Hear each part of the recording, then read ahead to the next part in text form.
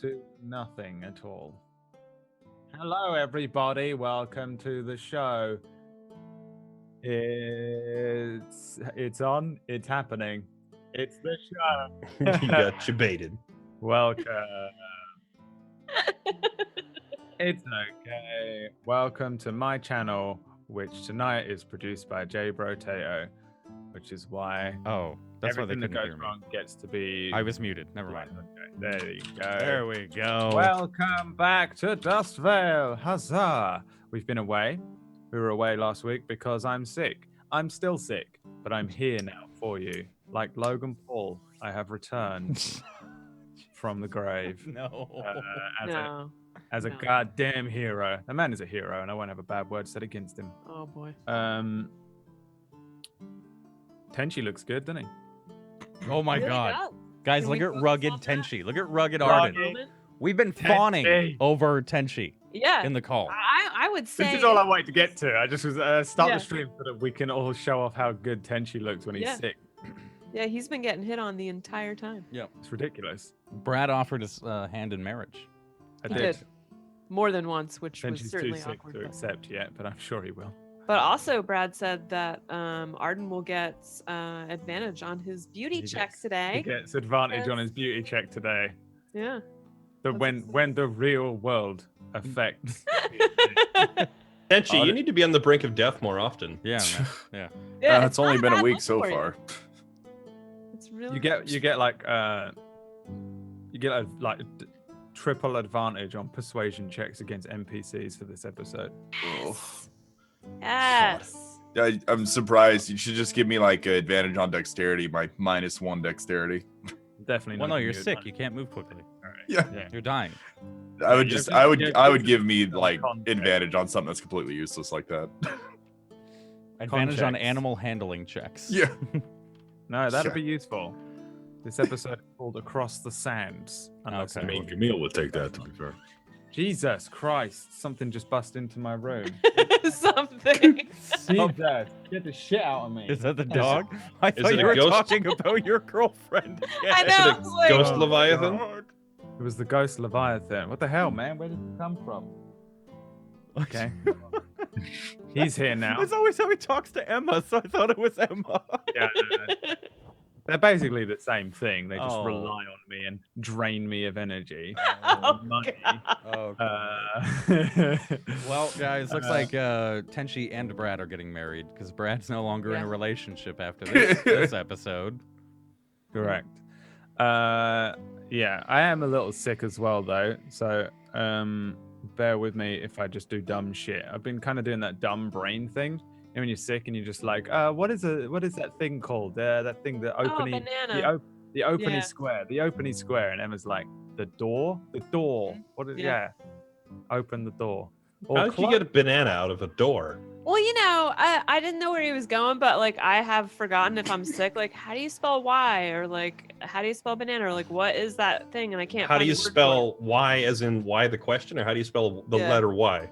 the Both. word Y? How do you spell the letter Y? Like I remember being like, oh my God, how do you spell Y? Like, wow, I'm really sick. I've done that. I'm just like, I'm gonna go jump in the shower, but you accidentally say I'm gonna go jump in the microwave, and I do that. Yeah. I personally have never said that. I do, man. I do. I don't Hold believe up. that you've ever been sick a day in your life. Like that's the thing, I though. believe it, yeah. Hey, you don't. You're like the sound next stage of Like evolution. judo chops it Yeah. It's a out. little bit like Chuck Norris, like. Yeah. I feel like is our Chuck Norris. Oh His- my his- god. His ego is inflating. Don't let it get too big. Yeah, I thought he was fluffing his aura. Raja's father is going to show up and he's going to be played by Chuck Norris. at some point.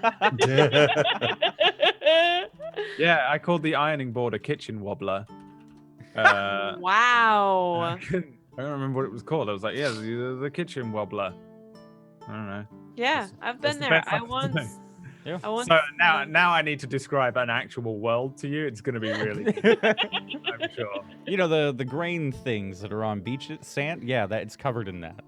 Yeah, There's those snow things. everywhere. Snow? What the hell? Yes. Yellow snow. Oh no! So that's my please don't judge my strange DM style today. Also, don't judge it because I'm doing a travel episode, which I've never done in my life because I hate them. I think they're boring, but I've found a way. I found a way to make it interesting. I'll say that now. I may take it back in a few hours. Last time we did travel, it was interesting with the bridge and Arden getting rained on and. Oh yeah, It but it was rain like in a the desert little- for the first a time. little travel. I mean, like you guys are out in the desert for a while now. You guys are going across the fucking world pretty much. Like on this map, I have designated your rough travel thing. Hang on. That's 1, 2, 3, 4, 5, 6, 7, 8 days of traveling. Because you do 1 day as a hex, right? Traveling. Yes. Damn. 8 days. So this is the predicted route based on Raja, basically. Because Raja's done this a couple of times. So this is the best, safest, and flattest route. But we'll get into that in a minute. Okay?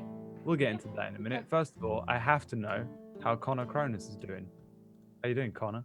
I'm doing well. All right, on with the show. So, you guys. Oh, That's all that. that is that. I'm not even kidding. Connor's secretly happy. You're like, good, I didn't feel like talking. Deep down, I only care about Connor. The rest of He's you- an affiliate. He loved the affiliates all along. Yeah.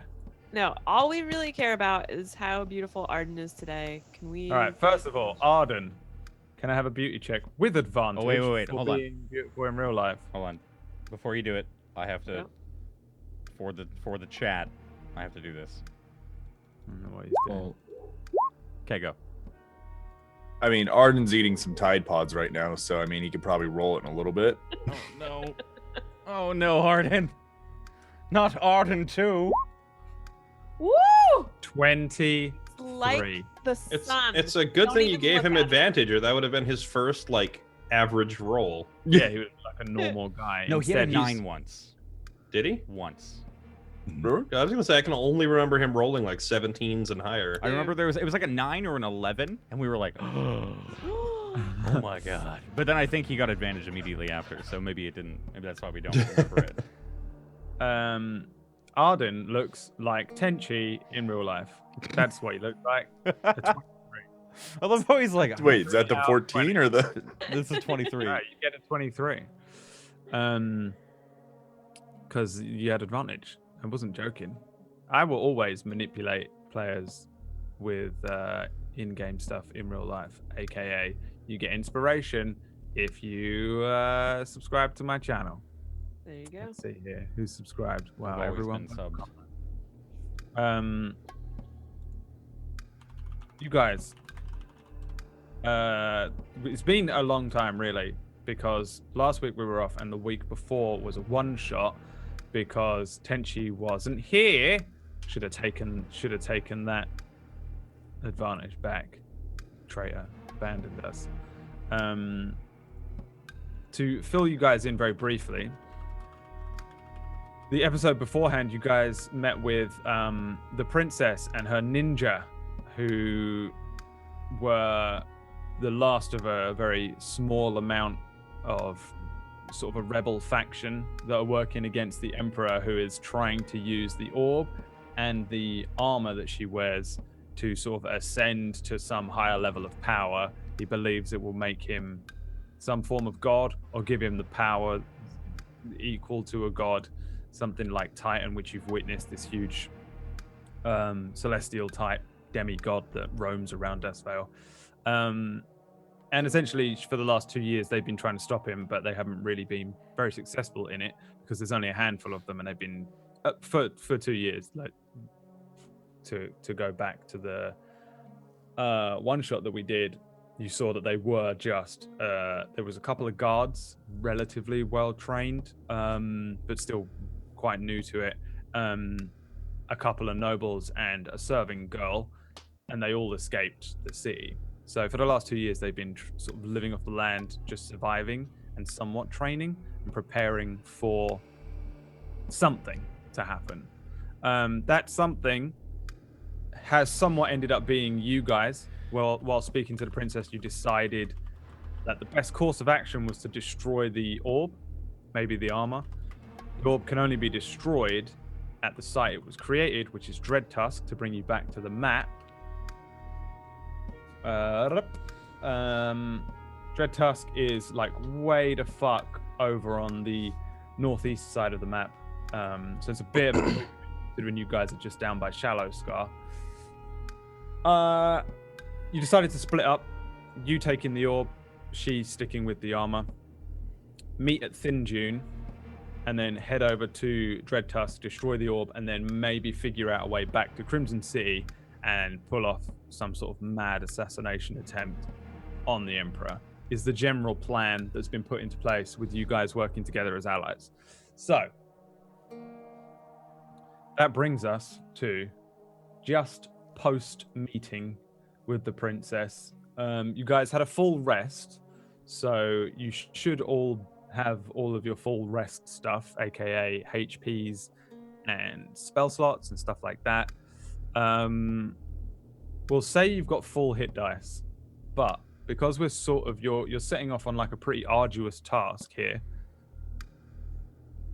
keep an eye on your hit die and stuff like that, because they might come into play a little more. It's going to feel a little more D&D-esque. The last true episode we did was just pure RP pretty much. This one is a lot more D&D style. So as you guys set out, this is pretty early morning. You are located where this thing is, this like circle, weird looking sort of Lord of the Rings style circle. Using, like I said, Raja's kind of Sandwalker and Outlander background, this is the best route to take. Either that or it's the route that Raja took before. Either works in the sense that, Raja, this is what I would imagine would be your planned route to give you some meta information. Either that or follow the train tracks. Or follow the train tracks. The problem is that here is very rocky and bandit country. And also, I think you said you wanted to go to Yellowstone. I can't remember why though. So maybe I have a quest there, and we were gonna go from Yellow Rock straight up to Thin Dune, or take a train from Lost Dune to Thin Dune. Yeah. We could Yellow go from Rock where the wizards are. Right? Yeah, Yellow Rock is where Yellow Rock I've got is the where the wizard trader quest. Yeah. Wizard Okay. quest. Yeah. Raja has been to Yellow Rock, not Zephyri, although he wanted to visit Zephyri anyway. So yeah, this route actually works pretty well. From Yellow Rock to Lost Stone is not area that he's ever covered, but that's a pretty short travel. It shouldn't be too hard to find. Also, this is like mountainous, whereas this is more like flat sands. So this is harder. This is like double travel time. Mm-hmm. And this isn't. I was going to try and color code it, but I didn't have time. But I generally know. Okay, not color code you. Color code the map. Jay. I'm trying. Something is wrong with my camera. Just ignore it. It's fine. Because you can get lost out here, and if you wander off, say you wander off too far this way, you'll struggle. It'll be a little harder to get back on course than if you say wander off this way, where it's a little easier to get off back onto course. But we can deal with that. You guys have got a lot of advantages at having a Sandwalker in the party. I think you're probably okay in terms of navigation. However, beginning of the day one of a potential 8-day or more plus journey. It's extremely hot, and the heat becomes practically unbearable by midday, the same as most deserts that you'd find here on our planet. Even ignoring all the sort of voracious wildlife and the lizard folk and the potential bandits, they're a little closer to where the cities are, but still they're out there. It's pretty much just an open wasteland. It's very far from that sort of lush, bountiful greenery of the other continents, or that you might find in a more typical fantasy setting. Dust Valley is very harsh. It's a very dry and empty desert. with extreme heats during the day and then extreme colds at night. So I would say almost none of you are prepared apart from Raja in terms of just equipment and what you're wearing and stuff. Maybe Carlias a little because he has a hat, which he doesn't have. Although he does have the duster Yeah. with the hood on. Yeah. Also, I have feathers. You have feathers. Do they help with heat? Probably a little bit. Yeah, actually. Probably Feathers make do it- help with No, heat. Probably Yeah. make it And make it cold. hotter. Yeah. She's like, I have a thick layer of fur. I was Oh. gonna say, yeah, they'd probably be. They I help. have They help with zero- both. Well, can no, be they can Yes. manage. What cooling is and it? intuitive. Ducks. Besides always flying together, don't ducks? Oh, who cares? Who gives a shit? They have like a layer I of do give a protective shit. whatever. I am a wildlife biologist. I know I these mean, things. Yeah, okay. I'll Okay. trust you then. Don't worry. I'm not going to be too harsh on specifically how feathers work in a desert. I'm sure that we could go into it all day, but we'll be here for 6 weeks. So you all move out. I'd say you're probably a little ways away from where the princess's camp is. She's begun to tell a story of some sort to someone about something that all of us know except for Tenchi. Don't worry about it, Tenchi. I would like to turn around and sit down cross-legged and listen to all of last week.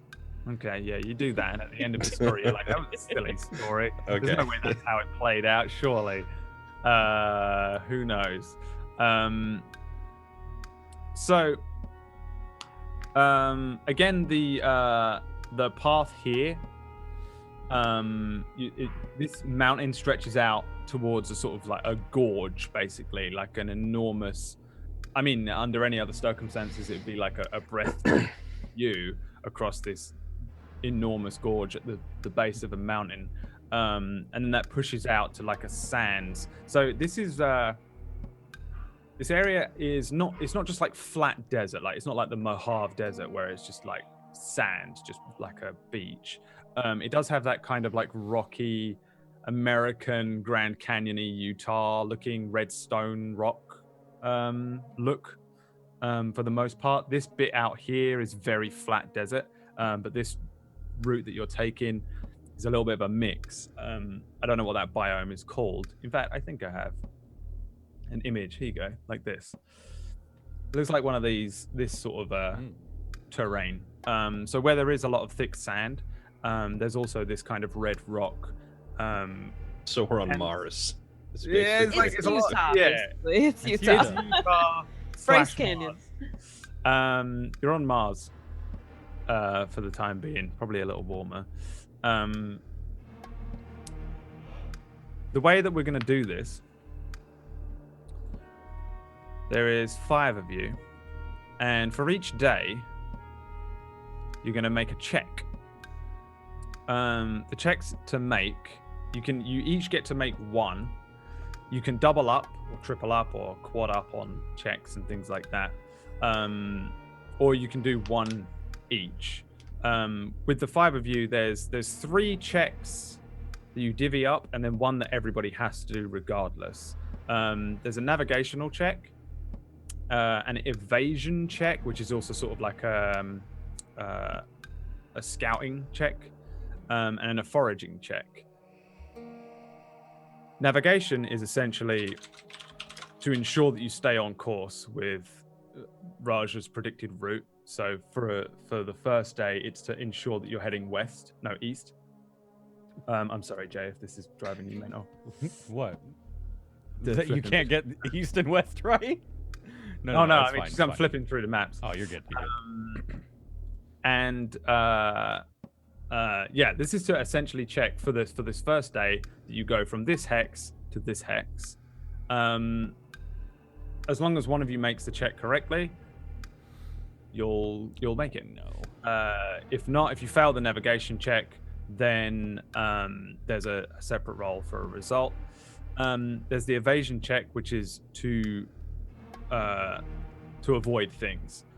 I will say this though: a party that fails to hide or makes no attempt to faces a larger chance of a monster encounter during the day, and slightly less larger chance of encountering a monster at night. Again, this is information that Raja would know, which is why I'm telling you. It's a little safer to move at night, but it's very cold. It's hot. I want to say our time of day movement. Raja's suggestion to the party then is we start moving around 3 or 4 each day because the sun is starting to set by then, and then we have like a solid 7 or 8 hours of movement from between like 3 and midnight, and then we just sleep late at that point, or we could even keep moving till like however late we can stay up till it starts to get bitterly cold and we have to stop and set up camp. This is basically streamer hours, guys. Basically, Twitch streamer hours is what he's suggesting. You can move faster or slower as well. You can move it like a full like march, like an army, but you'll take a lot of penalties to your checks, and a much higher chance of suffering something like an exhaustion failure.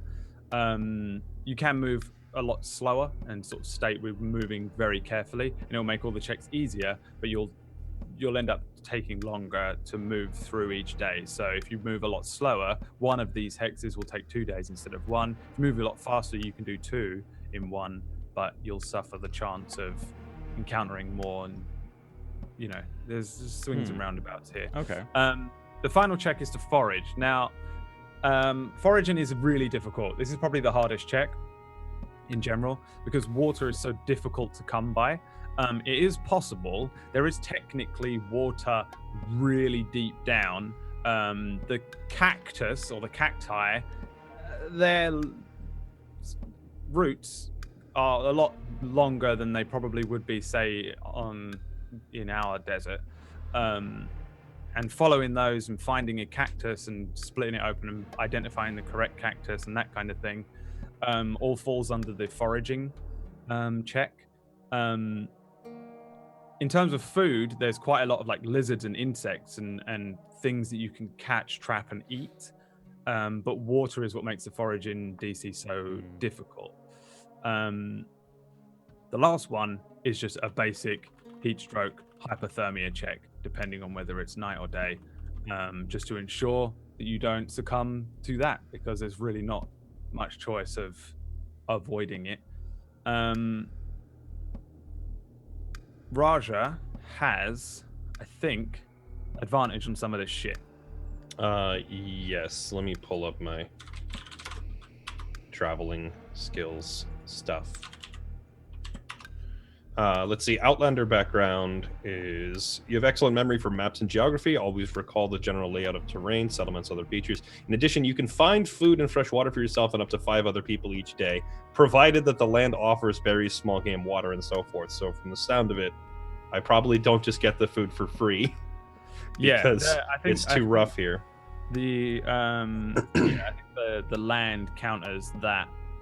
I think that would be if you were just in a forest or something. Gotcha. Food and water is not bountiful here. You have to actively look for it and ensure that you get enough. So instead of getting it for free for my background, do I get advantage on that check?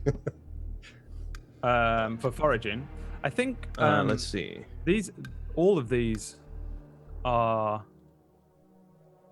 evasion. You can either, if you're all trying to hide, then everybody makes a stealth check. If you're not trying to hide, then everybody makes a perception check, depending on who chooses to do the check, basically. Forage, navigation are survival checks, which I think you get advantage on. And then con checks. Everyone's going to make a con check every day. So those are your checks you're going to need to make essentially 8 times during this travel. So the Outlander background has that one. It's better foraging and memorizing background, and then from Ranger class I get ignore difficult terrain. Difficult terrain doesn't slow the group's travel, so we could actually go over that mountainous area without it slowing us down. Okay. Group can't become lost except by magic. Let's see. When engaged in another activity while traveling, such as foraging, navigating, or tracking, you remain alert, so you won't get surprised. If you're traveling alone, that doesn't matter. When you forage, you find twice as much food as normally would, and while tracking other creatures, that also doesn't matter. Okay, so basically, ignore difficult terrain, find twice as much food, and remain alert while doing so. Yeah. I mean, most of that works fine, but you only get to do one of the checks, right? So Right. you have Okay. to designate, assuming that you are going to be leading the party through this. Well, or you can discuss who's going to do what checks. To give you a reminder, I will put them in here. There is navigation, which is survival. If I could spell. Here it comes. Here comes the sickness already. There's evasion, which is survival. No, which is stealth or perception, depending on who's in charge of evading things. Forage, survival, and then a con check, which is the. We all have to make the con check. Everyone's gonna have to do mandatory? it unless you. I mean, like, assuming that you find like a small little cave system and you just sit in it for a day. Yeah. You wouldn't necessarily need to, but you do. Well, you don't make any progress. Well, so. good Okay. thing I am the Samwise Gamgee of the group with flasks, an extra flask of water for all of us. And I think I still have 95 rations from our Underdark trip. Nice. So we're good on food. Water skin. We're good on food. Does that include water though? I have an extra water skin for everyone. So One water skin for 8 days means nothing though. So but it means that'll we can last fill us. 2 up. Oh, I see. Gotcha. Yeah. Yeah, we could take extra with us each day. So each Yeah. time we find a water source, we could We just fill it up. Yeah. Right. With most sandwalkers take a water maker with them a lot of the time. They just employ one, which you would have if you had taken any other cleric but Arden. Rub it in, man. Jeez. We're just rubbing Okay. it in. At least he's I'm just committed. saying. All right. So looking at these tasks, then we'll probably have Lash scouting ahead for the evasion rolls, Yep. and then I'll probably be the one looking for water Hmm. because I'm the only one that would have advantage and find twice as much. And then navigation, whoever else has I can navigate. decent, if you have decent survival Yeah, or I'm proficient in it too. So okay. I have a +3. That's it. But it's still something. Caroline says a +3 to survival. Do you have a higher whiz score? His whiz is 16. Okay, I have 10, so you can do it. I mean, wisdom or proficiency, it equals out to be the same thing. Oh yeah, actually, I guess if you're, yeah. If you're proficient, but he's wise, and it's a +3 to both, the roll will be identical. I have a 20 wisdom as well. Oh, well, we'll have Arden do it then. I guess. Why didn't you I say would- something I then? So would you have help, if you have a +5 in survival, have him do the Yeah. navigation roll. and I'll help him. I'll be helping Arden with navigation. And I don't know. Based on the wording of the ranger class, it says your group can't become lost except by magical means. So if you start taking us off track, I think Raja will notice. Like, look up from the water that he's trying to dig up and go, "Hey, you're going the wrong way," or something along those lines. I Yeah. don't know how it would work. All right, should we start rolling? I'll Your help group, Lash with evasion as well. your Sounds group good. can become lost. You have the ability to get back on track very Okay. easily. So you can go off course. Say you went off course now and you ended up here. You could very easily navigate back to that. Right. Okay. More like Okay. a waste of a day, as opposed to like, oh my god, we're so completely lost, and then you end Die. up in no way. You just don't know where you All are right. and you make it back. It's a bit like there's a mechanic in the sort of standards travel where you can have somebody draw a map. That's not even included because you already have that. The drawing a map thing is that if you get lost, you can always get back on course essentially. So you sort of already have that, and that's what I've incorporated in by just not even having anybody have to micromanage that.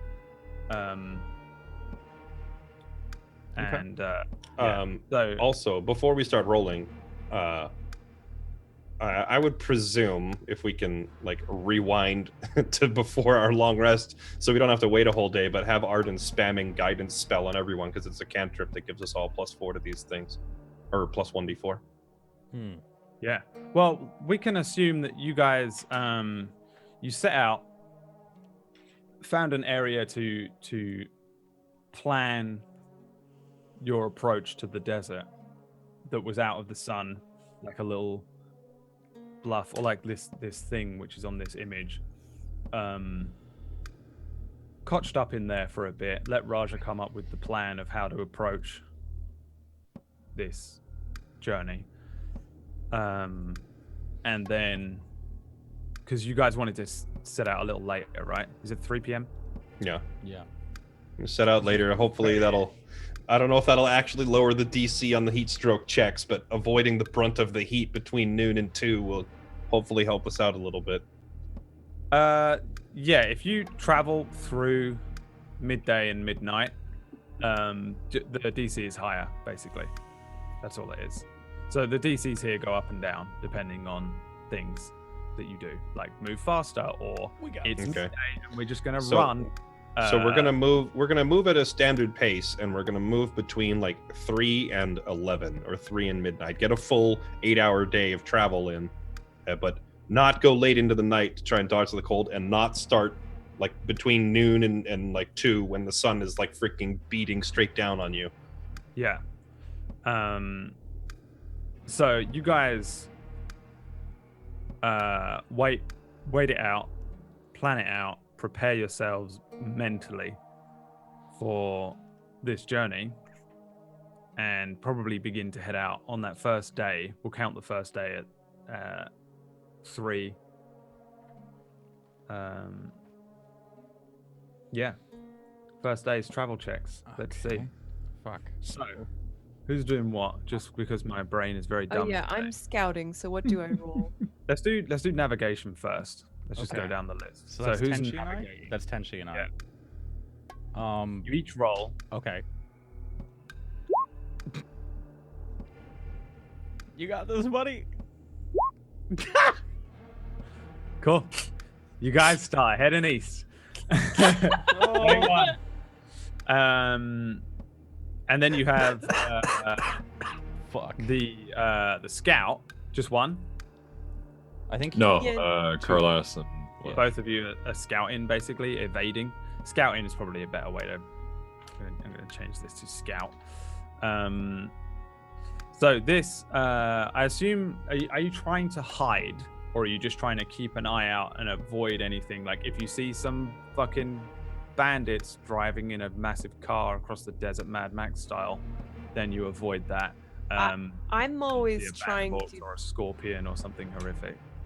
I'm always trying to be as stealthy as possible, but I probably wouldn't compromise too much in efficiency for it. If it was slowing us down, then. Before Yeah, we if you're forget, trying to hide, you'll move slower. before Okay, we yeah, I wouldn't sacrifice a standard Uh-oh. case, I guess, as well. before we get too far ahead of ourselves, put your 1d4s on those survival rolls and see if it prevents us from getting lost. Oh yeah. I Oh forgot yeah. about guidance. You always have a plus D4 Okay. to your checks. So 9. All right. So 20 isn't terrible. It's not doubled. It's you just roll each to make sure that Oh. Okay. Fuck. So it's a Yeah. 9 and an 11. one of you has to beat the thing. That's what it is, so that it works for Oh. like. Gotcha.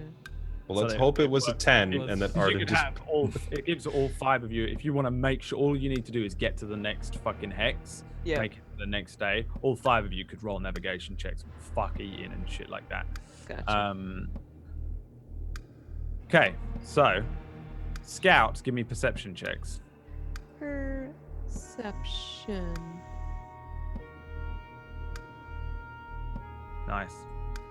And forager, We need our Sweet. D4s. let's see what you can find. let's hope I can find some water for us. And you That get is- advantage on this, or you don't get advantage? I do. Okay.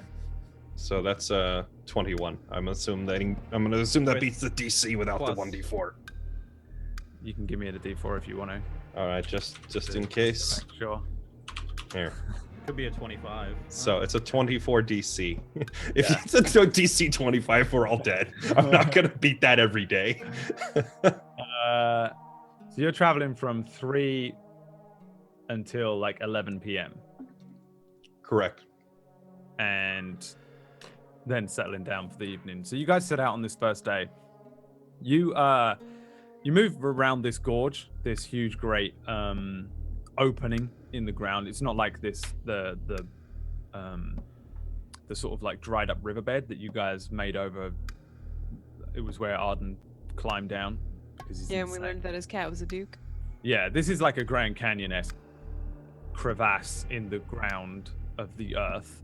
And your first day is probably spent navigating mostly around that whilst trying to stay on track to the east. I think for a long time, Walter and Arden are bickering, getting a little confused with the sun, trying to work out as the sun's going to the west, that means we're going to the east, so we got to go to the south, and that's gonna. But they generally working together just about make their way around this gorge and successfully take you towards the east. Scouts, Lash, almost stumbles right into something quite dangerous. Luckily, Carlias is there with a beady eye, He clotheslines me. probably clotheslines you out of the way of a particularly nasty bit of quicksand that you were about to just blunder the entire party into. In the background, you hear Jim Ross. My God, he killed him. Yeah. Just the RKO out of nowhere to save Lash's life. And Raja. So yeah, you need to find the right cacti. And you do. For the record, guys, you ingest the wrong cacti. A lot of them have mild natural poisons. Just to add to the danger of the foraging. It can really fuck you up. That being said, night falls, the blistering heat of the day cools and then begins to get very cold. Since you rolled so high on your scout check, Carlias, I'd say you probably find somewhere very nice, settle down for the evening, somewhere with a little bit of cover, somewhere where you can keep your backs to a wall and then set a firelight going so that most of it is obscured from most directions, and find a relatively comfortable place to settle down. You successfully made it here. On the edges of the Zafari Yellow Rock area. Good. Successful first day. But let's see if anyone is feeling rough. Everybody give me con checks. Check or save? Just a check. You don't need to do a save. Don't do a save, especially if you have advantages and stuff against. You You don't have advantages. Check. I know how to do a con save. Do we add our Just put it on 1d4s to this too? You can, yeah. Okay. Yeah, It it's works not a on saves. save. Sorry, I talked over him. You click on the big number. You click on the big number. Or the big, yeah. Oh, yeah. So I rolled a con save. I don't know if I have to keep that roll. I switched it to con. My con save was a nat 1. If you're if you have advantage on con, I think it's only Connor that has advantage on con saves though as a fighter, right? You mean proficiency or advantage? Proficiency, yeah. Sorry, here we go. I have My brain. proficiency. Oh, you do as well? Yeah, for con saves, yeah. Sorcerers get a proficiency. Con. That's cool. Wait, sorcerers get con save proficiency? That seems wrong. J? Question mark? Half elves. Oh. Yeah. Half elves. I'm pretty I sure believe there's something. Hold on. There's some bullshit that I have. It's got to be a sorcerer thing. It can't be a half elf thing. No way. It doesn't matter. I'll figure it out here for a sec. All right. So as long as Connor and Jay don't click on the save button, it doesn't matter. So you can do whatever Tuesday. All right. Let's see. So con save. Oh no. Con check. So yours is good, Fairlight. That first one. So it's a 4. Ripperoni. Then I get to add the bless to it, so a 6. Oh yeah. Did you do it? Yeah, I rolled a 2. So 6. Arden is an 8. Do you want to add a guidance to that as well? I mean, yeah, probably. Yeah, we can roll.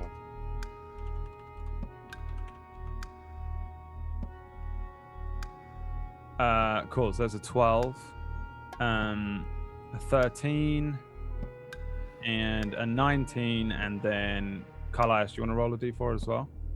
Yeah. There. All right. We've got a few fails in here. Raja. Rip. And oh wait, no, Raja and Carlias. So Carlias, in trying to ensure that in picking up Lash's slack and ensuring that everybody is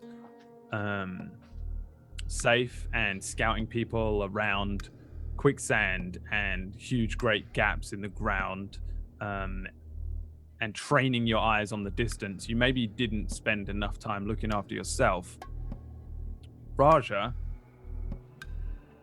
spent too much time in the cities, in trains maybe, for the last couple weeks.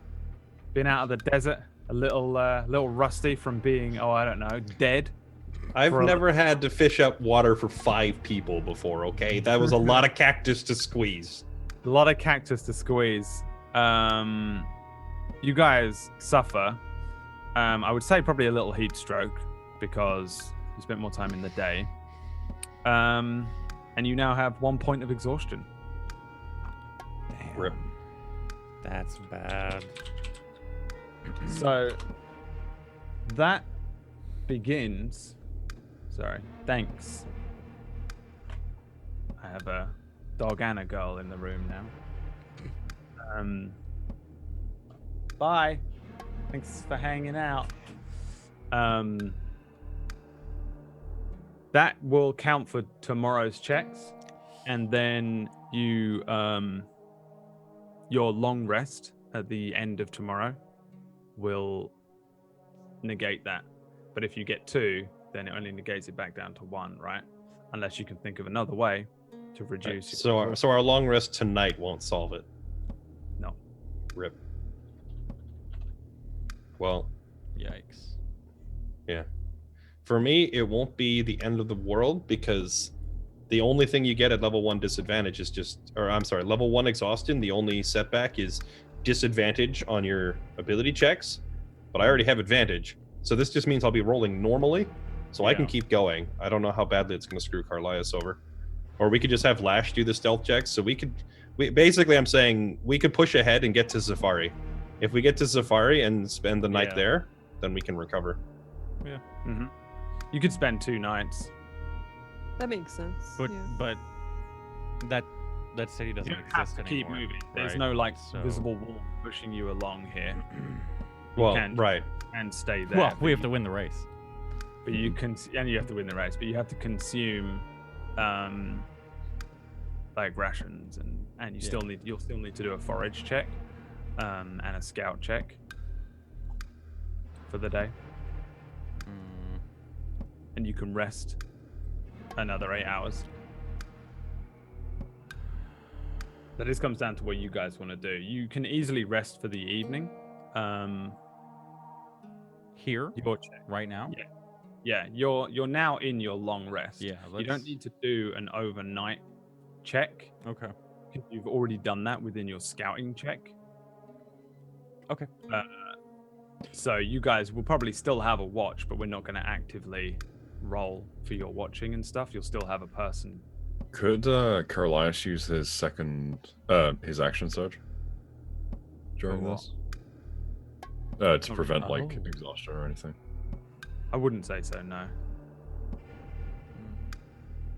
It's not, you're not really using an action to scout for 8 hours of travel, really. You're just It's an 8-hour-long action surge. Yeah. It gives him. It's It gives him like 400 Like taking a additional shot actions. of monster energy. it's enough more of boost. like a general ability check. It's not like a full. It's an action surge is so that you can smack something twice, not. Okay. So we'll just rest for the night then, yeah? Yeah, we'll And just then do we'll go tomorrow's one more steps. day Yeah. because we're getting to Zephyri. Even though the town is gone, Yeah. like swallowed into the earth, we're gonna look for clues, check the area, and see if we can find those 2 missing sandwalkers. So if we're gonna be in the Zephyri area for extra time anyway, it makes sense to just settle there. Okay. Yeah, I guess we just start our trip to Zephyri then. Yeah, we'll push on. Okay. Instead of sleeping or just. We're gonna sleep. No, I mean and then no, we're gonna push sleep our- tonight, Yeah. and then take our next day normal travel to just Zephyri. checking. You can do that, by the way. You can just keep walking. We walk till we die. You probably will just die though. Cool. So you guys rest up for the evening. It's it's a relatively safe area. Although there is like monsters and bandits and things out here, they're sort of a secondary danger to the true danger. Honestly, is the exhaustion and the lack of resources. As opposed to the monsters which exist, but are not as prominent, not as likely to come rushing out at you in the middle of the evening. It's not bands of orcs traipsing up and down the forest. The next morning comes and goes, and the next afternoon approaches, and you guys begin to pack up and head out once again. This time heading northeast towards Zephyri. Are you sticking with the same Yeah. people doing the same Yeah. checks? Navigation, scout, forage. Yeah, I Think think so. so. All right, navigators, navigate. That's us. Yeah. Give me some d4s. 14. I hope a 14 works. It's like the blind leading the blind right now. Do you want a d4 as well? Me Yeah. is it gonna make a difference? Nat ones and nat ones and nat one, right? Well, you never know. You never know. Scouts, give me perception checks. Nice. And then Raja, give me a standard survival check. So, There we go. yeah, give me d4s if you want to add d4s. 20. Navigators. As the day begins, roughly 3-4 p.m., you guys start heading out from your little safety cave home area, little base waypoint. Walter points northeast and is convinced it's northeast. Pretty sure it's northeast. Arden is pointing south. This is the way we need to go. Probably, knowing Arden, starts walking off in that direction until everybody grabs him and starts dragging him away. If he was by himself, Arden would have wandered off into the sands Oh, and probably God. died. Absolutely, completely out of it, unable to work out north and south today. That being said, Walter, you generally keep everybody on track, mostly probably due to the fact that you do find train tracks. A little later in the evening, you guys come across a set of train tracks, which are the train tracks heading from Crimson City and then head down and join into the Sin River Windy Peaks tracks. using these probably help you a little bit in navigating your way to Zaferi, because Zaferi is literally at the area where these two train tracks meet. The city was, or the town, the settlement was built between that V of the train tracks, and using those, it's very easy to navigate your way to the area where Zafiri was. Scouts did awesome. Scouting the terrain, keeping an ear to the ground, and an eye on the horizon for any approaching enemies, any horrific areas of quicksand or gaping holes in the ground that just appear out of nowhere. Yeah, very, very easy day for you guys to keep everything away from you, or at least avoid things. Probably there wasn't anything. So it was a very simple day, just a matter of ensuring that nothing was coming at you from all sides. And then Forager, the day's coming to a close. It looks like there's no water. Looks like you're going into the stores for the evening, when there it is, just one perfect-looking, very large, thick cactus. How many C's on the thick? Like 26, because it's a cactus. There's like about 40 C's in cactus as well.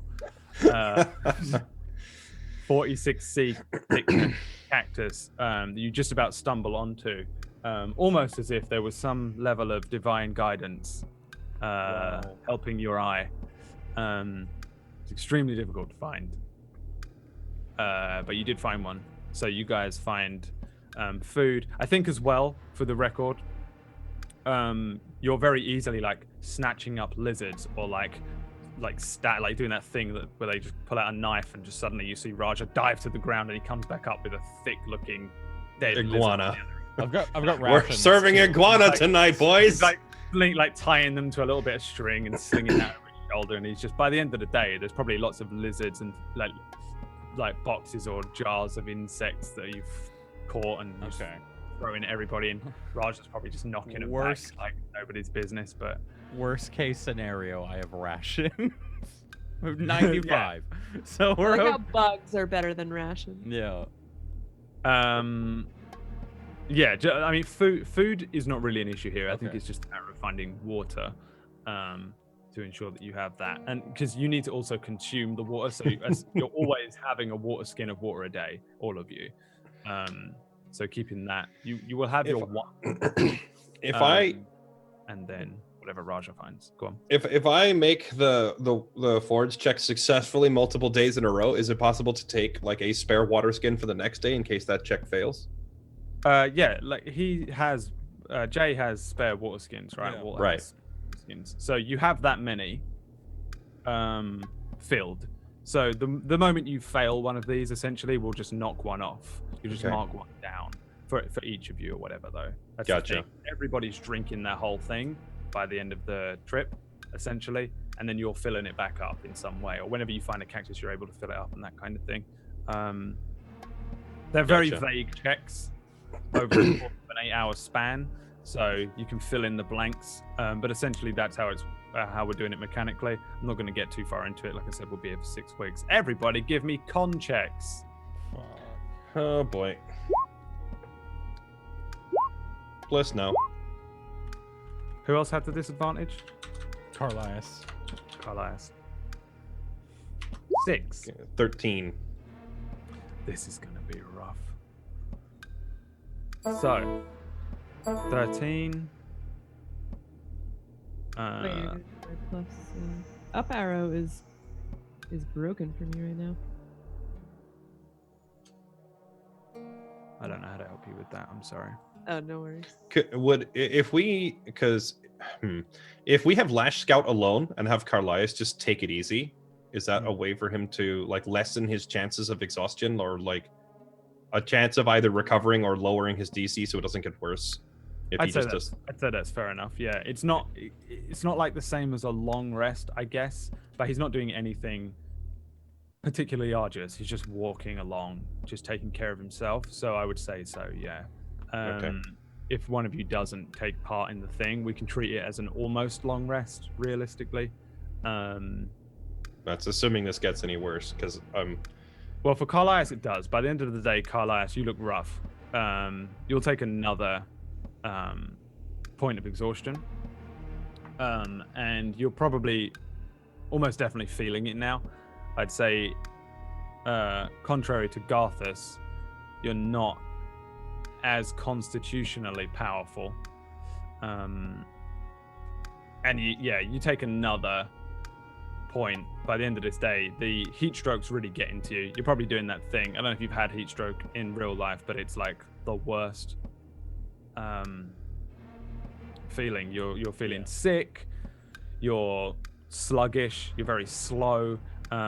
Mechanically, you have disadvantage on ability checks, and your speed is now halved, so you start to slow people down by the time you guys enter the area where Zephyri was. I would say everybody On the, very speed, obvious. do I round it up or Down. is 25? You round it So that'd be down. 12. Yeah, but you round it down to annoyingly the 10, so it's 10. Oh, it's You 10. have Okay. 5 speed. 25. dwarves you have 25, yeah. Yeah, sorry.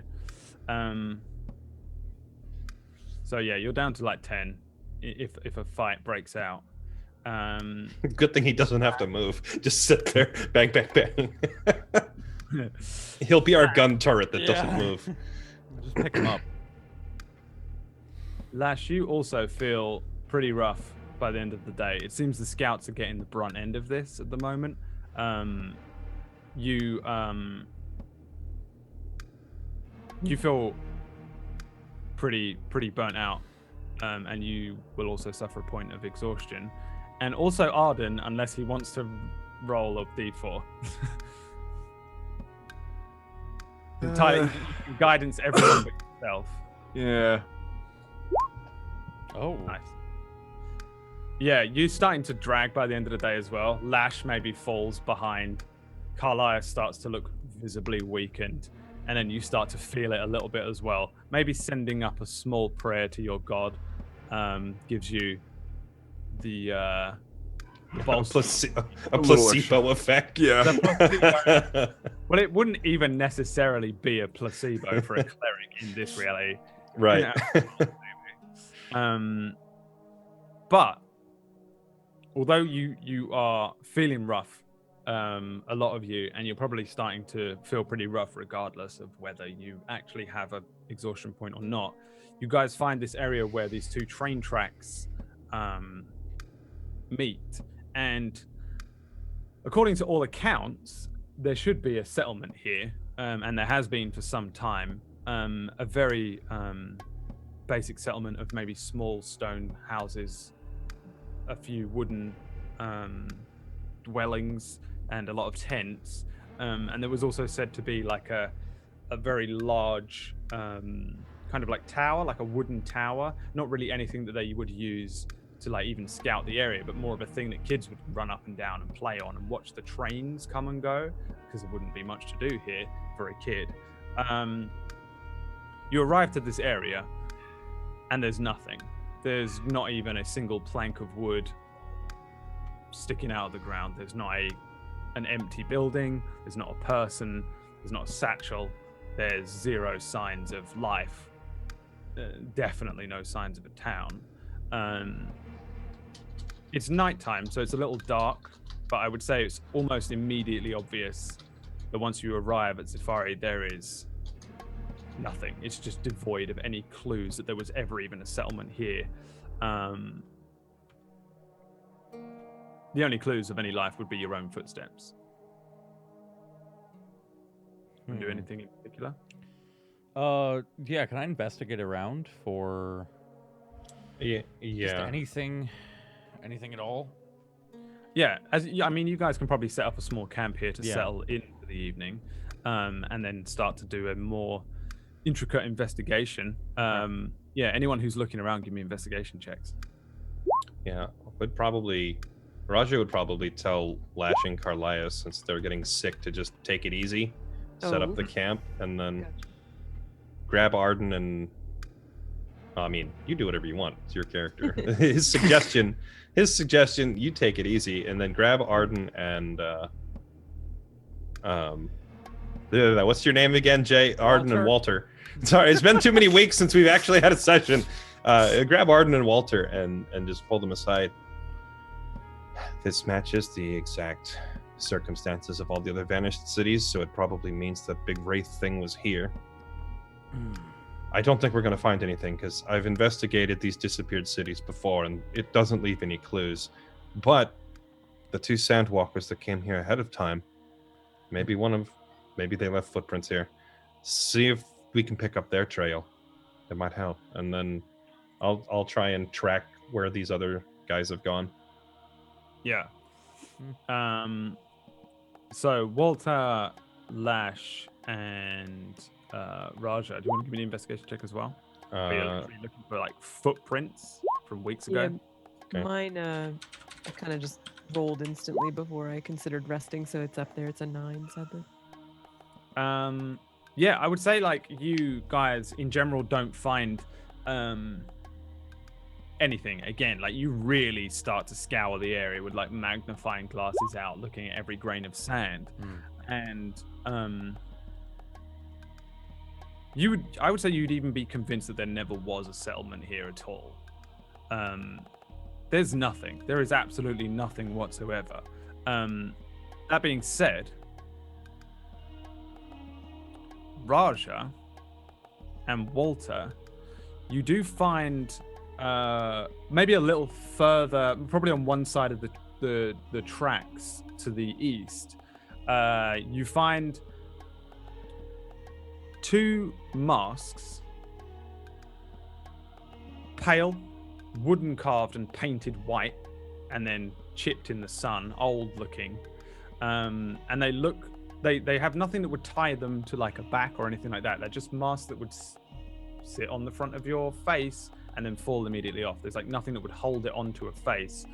Roughly human sized looking. It's not like it would fit a little gnome's face or a halfling. It looks relatively large, like it would fit a human or an elf or something like that. And then the area where the mouth is like a carved, nasty looking shape, as if this is a mask that would be used to scare somebody. You find 2 of them. One of them is quite scorched and burnt. The other one looks to be relatively clean.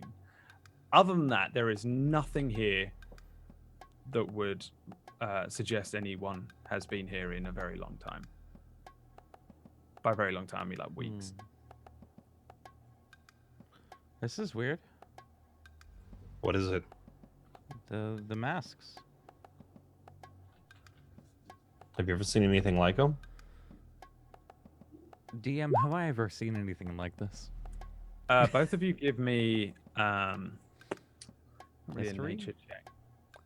History would be fine. Yeah, history makes sense. That's an intelligent. You've never seen anything like it at all, Walter. It's just a mask. It could be from anything. It could be just some kid's play mask or something from some weird traveling band of bards that put on a show. Or it could be some horrific monster that has masks. Raja, you don't know exactly, but there is said to be a cult of followers of Titan that are more like glorified bandits and zealots that believe they're doing his bidding by like scouring the lands and purging the sands of non-believers. They don't really have a name. People just call them the Sand Cultists. And apparently they maybe wear masks sometimes.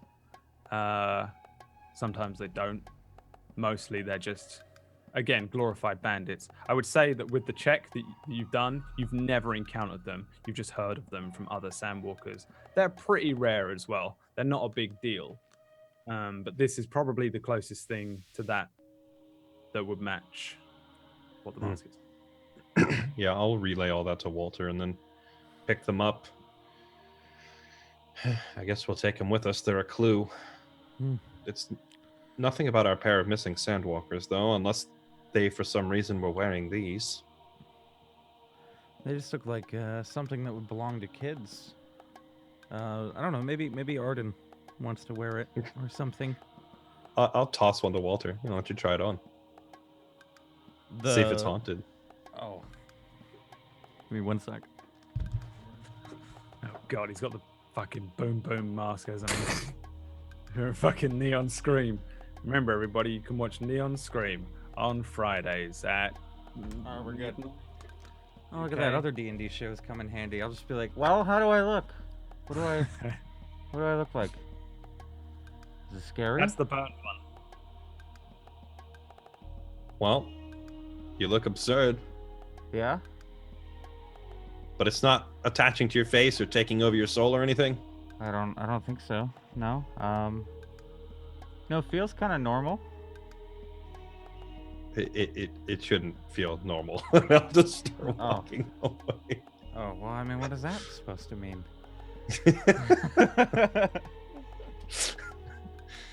Yeah, I'll walk back and rejoin the party, and I guess I'll probably do like the last part of my investigation would be back to in the general direction of where we came from, like the shallow scar, just kind of scanning for footprints, because those two people we're looking for, they would have come from shallow scar, so their footprints would be somewhere on the southwest end of the city, right? Yes. So Although I'm assuming with that roll and check that we've already done, I didn't find that. no, you don't really find anything. Although it's more likely to be due to the fact that it's been a couple of weeks since they set out. So Right. sand. Yeah, I would say you guys find nothing here. Either it's been too long, or if there's any foul play, it could be relatively easily covered up. Not to cover an entire town or anything like that, but they might have covered it up. But if they did, and it was done by someone like these sand cultists, then they wouldn't have left 2 masks behind.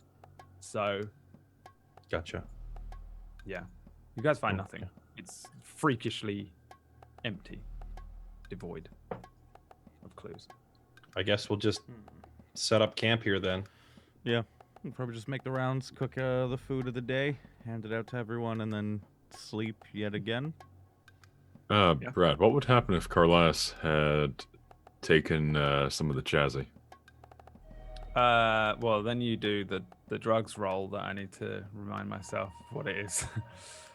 Chazzy. How much chazzy do you have? You guys have chazzy? Jesus. Yeah, we I still know, have Chazzy from the very first Raja Do you have the does. same chazzy?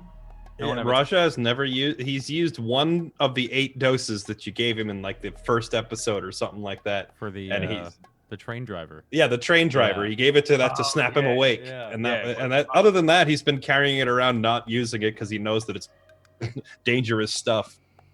It's like handing cocaine to someone and going, "Here, knock yourself out." Yeah. Yeah, other than the fact that you can become addicted to it, which can fuck you up later on. Chazzy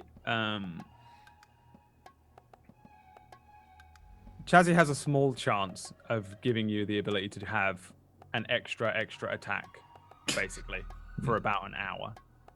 So it's like a haste then. It's kind of like haste, but it also has the potential to have an effect. Heart attack. It can give you disadvantage on ability checks for 24 hours after that, which you already have, but you also don't need extra attack yet, and also you don't really know any of this mechanically, The only thing we got to see was that I gave it to a train driver, and suddenly he was running around hyperactive for the next. Yeah, I mean, other than that, 20 minutes. It has the same effect on you as cocaine would, in terms of RP wise. Not that I could help to work out what that is like, but from what I've read, you'd be a little hyperactive, and then afterwards, there is a come down effect, which mechanically gives you a disadvantage on ability checks for 24 hours, and it's also only it's not a guaranteed extra attack for an hour. By the way, you have to roll a D100 and you have to roll good. So it's not great. Drugs are not good in this. Damn. Let's But be real. We both know that Connor wants to take Jay's speed potion and the chazzy Yeah. and just kind of like snort chug I know and then what just he's start expecting, shooting. I mean, if he does just take one of every drug, I'll just set up his own fight that he does in his own mind while really he's just It's like rolling around. we're fighting Fighting like in The fight scorpions. ends, and you're like, I have a link Yeah. for that. In his eyes, it's anyone like see a what god. was just going on there? I saw a unicorn or Yeah. something. He's going to tear out his own heart He for just starts shooting at the mountain. He thinks it's Titan or some shit. Carlias is like fighting Titan in the Megazord from Power Rangers. He's just laying on the ground in real life. So yeah, but like man. the drugs, when I set them up a long time ago, always have a small chance of doing something really, really useful and really cool.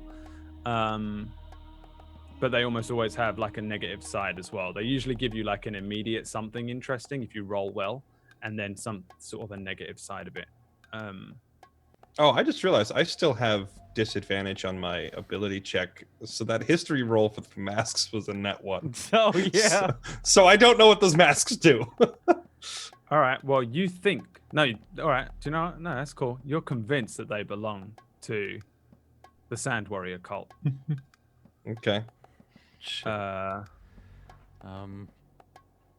you go. It's still knowledge you can have. It's not really a thing. I think I just double checked. That was the only roll that mattered that I messed up. It's cool. What's done is done. So you guys settle down for the evening, yeah? Yeah. I think we just well, I'd probably go to Carlias and do you need to should we wait a day for Carlias, or he's Yeah, I'm sure I'd be fine walking. Just you look like you're about to die. Like I mean, right. I already Again. have, but yeah, I don't know. Maybe if I just walk behind and Yeah. try and take it easy. Well, Lash, how do do you Go. How do you feel, Carlias? Well, I feel like someone kicked me in the head twice for every minute for the past day. Yeah, well, that's not good. I feel like my movement speed is only 10. I'm like These boots laughing are a in lot heavier character. than I remember them being. Oh. Maybe I got a snake in my boot or something. Oh my God. Oh yeah, I heard that was really bad. What did you see that link that I sent? Maybe it is a snake. Oh. Imaginary snakes. Do we need to take it easy for you? Well, I mean, can you handle scouting for a day while Lash. he? Lash, you don't look so well either. I'm fine. Is she fine? No. She doesn't have a I mean, point you of can- exhaustion, right? Yes, she does. have a point Oh. of exhaustion. Point. Do you want to give me an insight check and Lash give me a deception check? She's lying to me about being exhausted. Well, Oh. Yeah, she's alright. yeah, all right, she's fine. Huh. Yeah, well, we could just have Carlias, you just take it easy tomorrow. Let Lash do the scouting by herself. She'll be fine. Sounds like a plan. All right, What's I Arden? guess we start the next day. Arden, have you ever been out in the sands before? Or have you always been like city folk? A little bit, not deep. Is this killing you?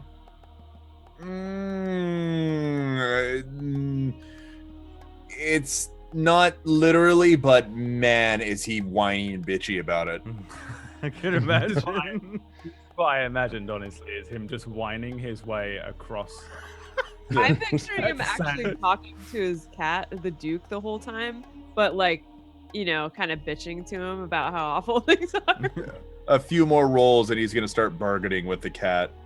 I don't know for what, but it's gonna be pretty bad. We shouldn't have to suffer this, Duke. Is that his name now? Did we name him? We named him Duke. That's I don't know if you named him. I think we need to name him Ferdinand. I There call you him go. the Duke, but I Oh like my Ferdinand. God. Duke Ferdinand. the Man, double that means I pun can kill him. is. that I is- have to kill him now. You call him that. You realize that? Shit. All right, There's maybe- Lich Hitler on the northwestern side of Dusk yeah, Vale. He's coming. That'd put you all on task, wouldn't it? Come back. Anyway, so you guys settle down in the area where Safari is, unsure of where it went, what happened to it. Unsure exactly of what happened to these two sandwalkers that were sent out before you to practically do this job. You've essentially, like, if this was an MMO, like the job that you were set to investigate Zafari by the Chancellor would have been ticked off here. But you kind of burnt that bridge. There's no going back yet. Yeah, well, I mean, we can't go back to the Chancellor anyway, but I did lie to Stellian and tell him that we would continue doing as the Chancellor asked, so he's wanting to at least make due diligence to be able to like corroborate that story. So in the event that we encounter them later on and they're like, what have you been doing? He can hold up the mask and be like, I went looking for your sandwalkers, and like toss those out to him, you know? Yeah, exactly. Also, he knows exactly where you are, so I'm sure he'd thank you for that. As he watches you from the sidelines. I'm kidding. Or am I? You guys settle Now I'm down freaked out. for the evening. And while each of you takes a turn on watch, maybe bar Carlias, who takes the evening to rest. Some of you gain a point back. Your exhaustion is gone. Raja. Okay. Carlias loses one of them. Yesterday's one. No, wait, no, you don't, do you? Or do you? Yeah, you do. Yeah, I don't know how Yeah, that you works. said I have he loses one 1 point. myself. You do. Yeah, I'm just. So I'm if dumb. you have one lash, then Brad said it would go away tomorrow night. Gotcha. Yeah. Okay. Yeah. So you. So get if you one- gain an exhaustion point, you still lose the one from yesterday, so we could never have more than like 2 points, right? Yeah, unless you get lost or fuck up some of your other checks. You guys Okay. have just been going well so far. You pretty much everything that happens on this hex, right, is what happens on this hex, and then move to the next one. Is the way Gotcha. that I'm just going to micromanage it for my own sanity, I think. The next afternoon, after the blistering heat of the sun passes and you do whatever you can to avoid laying out in that and just immediately gaining a point of exhaustion, roughly 3 p.m. rolls around. You're not staying here again, right? You're just going. Yeah. and- No, I I think- mean, there's pretty clearly no clues here. So let's just move on. I'd like to do one last investigation check just before we leave. Like while everyone's packing up, I'll pack up early on and just take one last look out. Yeah.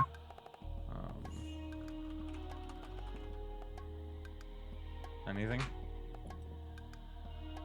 I would say that you look around. Now that you have the advantage of daylight, Yeah. the landscape is a little different. In the distance, something is coming towards you pretty quickly, and it's kicking up a load of sand.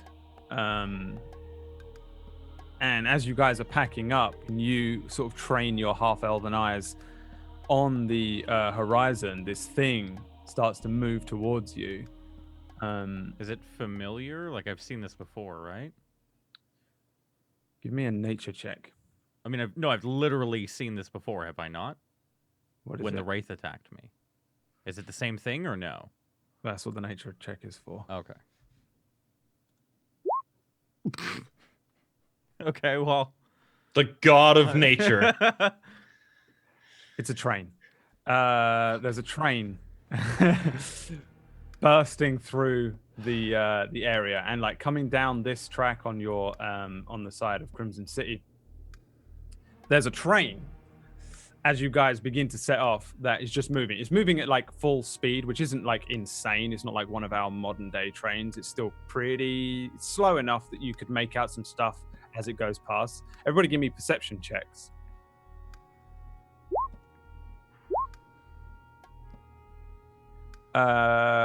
Somehow, even though you saw it coming, Walter, you're like, oh, it's just a train. This is a train. I don't care about train. Shit. Everybody else recognizes this train as the first train that you ever got on. Oh. And it goes past pretty fast. And although it does, you see the train driver, who I think's name was Drenner, pulls like a steam thing. And so as it bursts past you and kicks up a load of sand, there's just a as it goes past. I feel like he There's also that. flips us off. You see hanging out of the back is Clayland, who's the water Oh my maker, god, yes.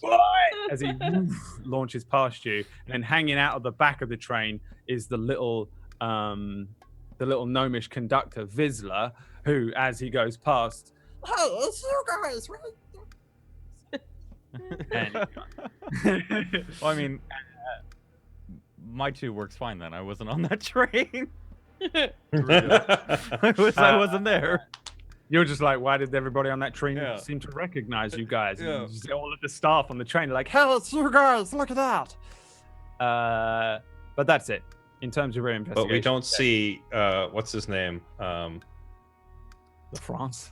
Yeah, we don't see LaFrance on the train. Dude, LaFrance is out in the woods somewhere. He's down in like stabbing, I told you guys. stabbing a This little- giant snake. No, he's out in the desert fighting lightning. this little thing. Yeah, I imagine Dead Rise, like that little town next to Dead Rise at the bottom. I imagine he's set up one of those like between Windy Peaks and Dead Rise somewhere. he's starting his What own does he town. call Hey, it? Jay, too soon, okay? Don't point at my destroyed I know. hometown on the map. I and realized was- it as I was talking.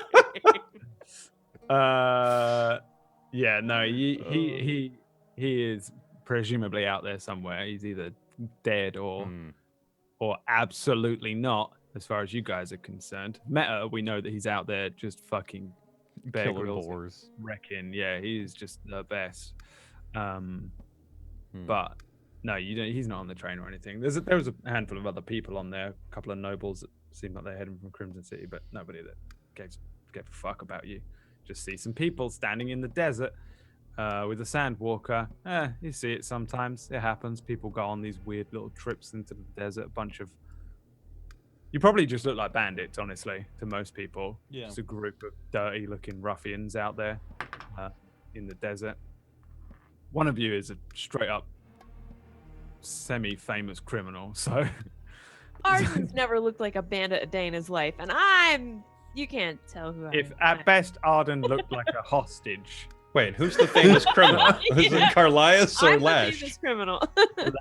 Carlias isn't a criminal, but he is a criminal in terms of Sin River. He's just not a famous criminal or He's anything. breaking hearts too. I mean, let's not He's forget. a- Miami. I didn't realize Lash was famous. We've just been walking through towns with her with us. She's Well, a I've been disguised. I know. I mean, she's always been hiding and whatnot, but it's like she's a freaking bird. It's just gonna stand out. she's like Well, she's I like just a, look like Tommy Wiseau. she's like a little famous. She's like one of those like, hey, you heard about that king who pulled off that heist? You know, like one of Mhm, those famous, mhm. not like a Jack the Ripper type. So also- people I'm that are I'm famous that famous. don't You know, deserve it. I'm looking Yeah. at these con checks and realizing I have the lowest. I'm like the tank, and I'm the lowest constitution in the party. Yeah. Aha! The sorcerer Goddamn has being more sick. con than you. We finally have a weakness. God, I was gonna make a Logan Paul reference. And Well, slam you know him, and what's then I'm funny sick. is I had already decided that if the campaign goes long enough to where we all hit level 8, he's gonna take the resilient feat because he's kind of traumatized by being paralyzed by the spectator, like failing the multiple con checks in a row. He's gonna take con save proficiency as his level 8 Oh. feat. I guess the other thing is that quite a lot of the stuff that gets to the con check, like they have to inflict a Constitution saving throw on you first. So usually you're probably jumping out the way, or your AC is high enough to avoid it, or you're pulling some random bullshit that no one's ever heard of out of your character's class. Zephyr defense. I cast triple Zephyr defense. There is a skill that I really want called Steel Wind Strike, where you just chop and it hits literally everything around you. I want it pretty bad, but that's not till like level 14 or something. I get that. Sounds cool as shit. Yeah, that's the most Final Fantasy sounding thing I've heard so far. So I'll allow it. You get it now. You have it now. Yes. Ah! So you guys are heading out then, yeah? Day Yeah. 3. Yeah, Yep. day 3. And so navigators are the same. Give me some navigation checks. Oh no. Hey. Hey. Singular scout. Give me a perception check with disadvantage. because So you wait a are- second. Lash and Carlias are actually the same now. They both have 1 point. Still 25 though. It's still a 25. That's not bad. Lash don't give a fuck. Lash feels like shit, but yeah, some people feel like shit. Some people are Lash. Before we head out, Um, Carlisle's like, I believe you got this today. I just think it's funny that they have the same exhaustion level now because like Carlias like recovered partially, but he's still sitting back while she does all the work. Right, and Yeah. he also doesn't have sparkly, like glittery wings, so you know. No, I No, do. that's true. Well, He does. Lash just somehow I don't have wings, but I do Not the sparkle. wings. like Yeah, flying around above you, like true eagle vision somehow. They see everything around. Lash, you do see behind where you guys came from that there is a group of humanoids. Can I get a count of them? Yeah, I'd say you can. Whenever I find it, 6. Can I Humanoids. discern distance or clothing? No, they're about as far away as is possible to be, and you barely make them out through like the heat blur. What is that called? When the heat. Oh yeah, like that shimmer, the mirage. Mirage. That, So they are the south heat and west of mirage. us. They are basically. They look like they're tracking you. They look like Uh-huh. they're actively following you guys. And sometimes they're there, and then sometimes they're not, which is what convinces you that they are following, as opposed to you just act like you've crossed paths with someone. Determining what they are necessarily, you don't know. Humanoids can range from anything from other actual humans to like orcs or whatever. Sure. But it does look like you're being tracked. For how long you've been being tracked, you don't know.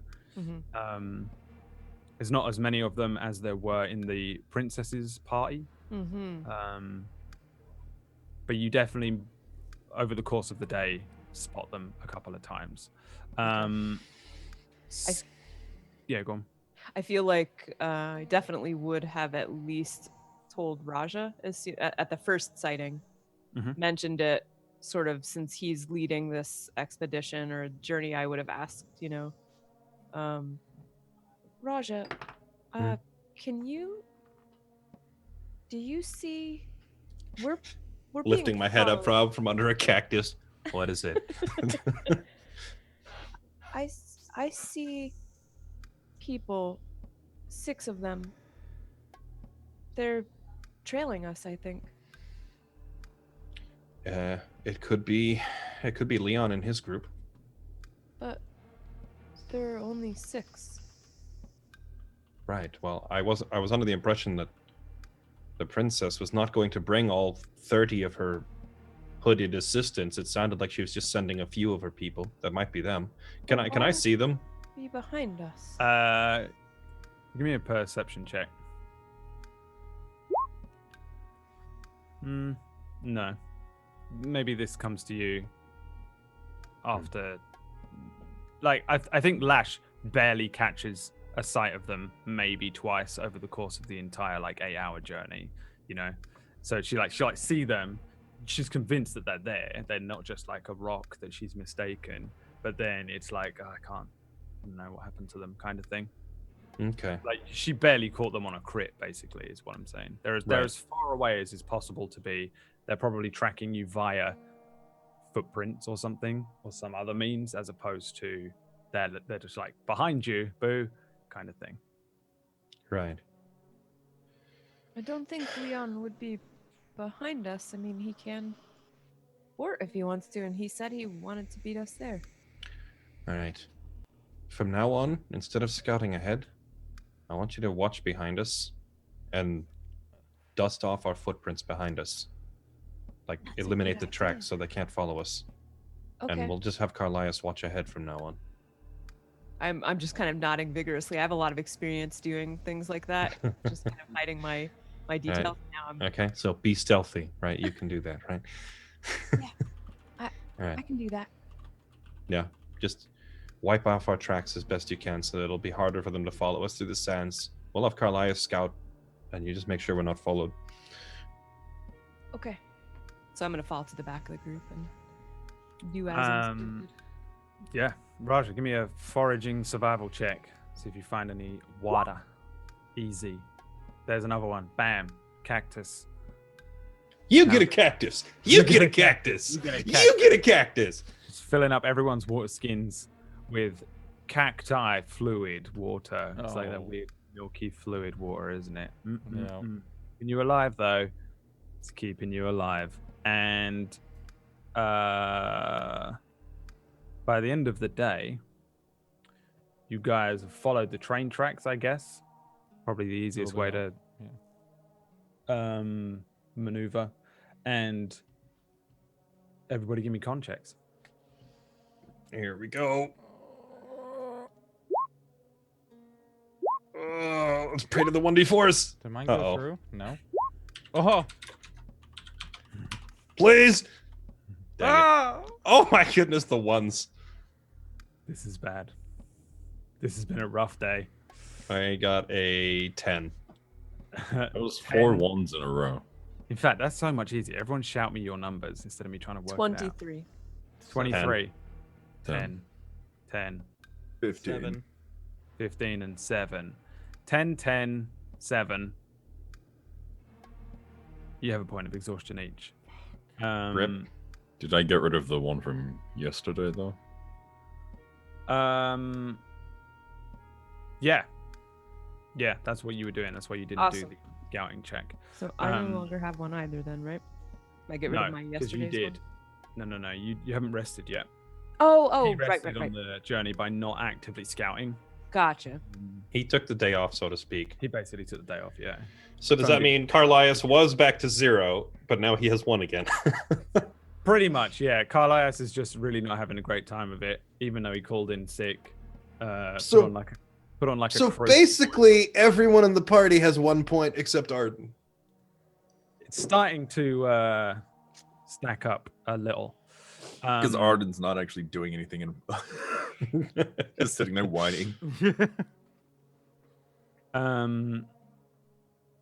Yeah, so keep an eye on your exhaustions.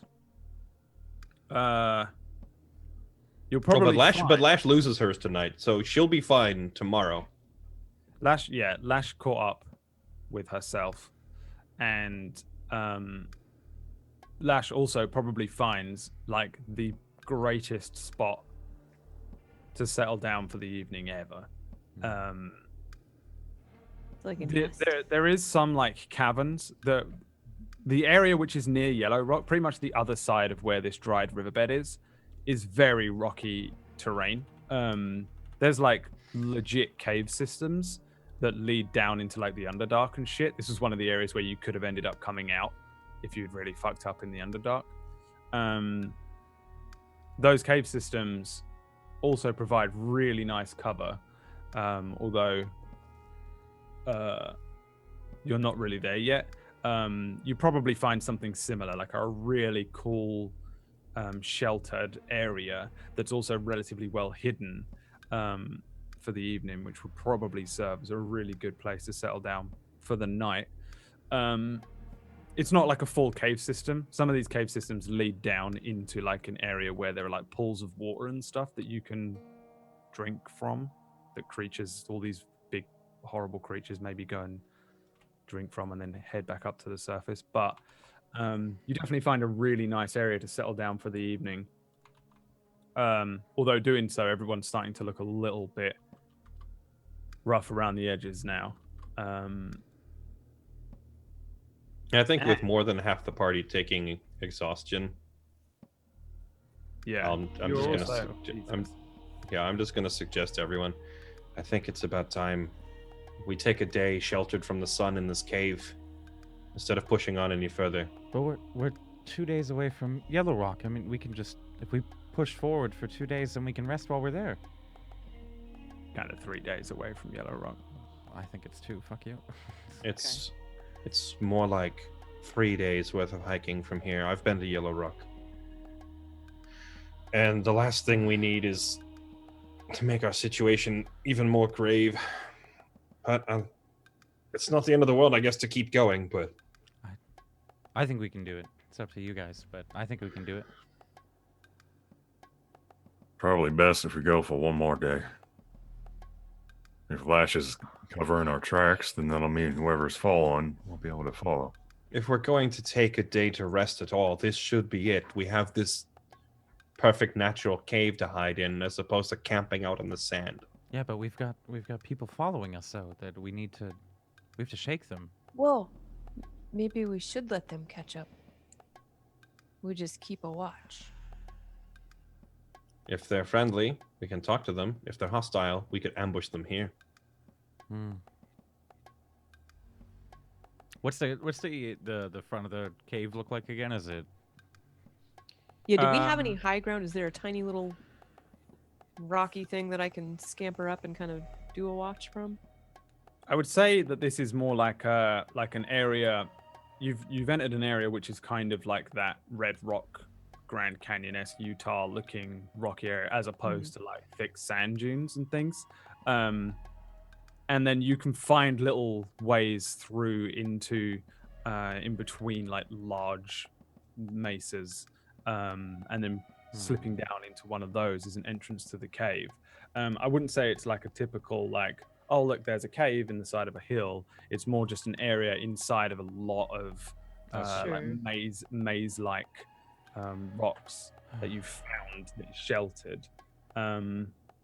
So it's more like it's just on the same level. There isn't really an area that you can. I mean, you could climb up it, but it's like a big climb to the top of like this bluff, as opposed to it being just like a little mound and you can pop up and stand on it like a meerkat and look out.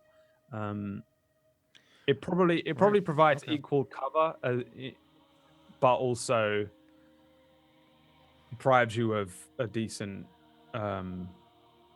view as well. You know. Right. Okay. Well, I mean, if you think we should stay here, Raja, then I can set up here. We can do it. Let's do it, because I want to see who's following us. And this is as good a place as any to do it. With all these rock formations, we could get the drop on them. Yeah, and I feel great. I'll just keep an eye out, and I'm gonna be looking around for a place to.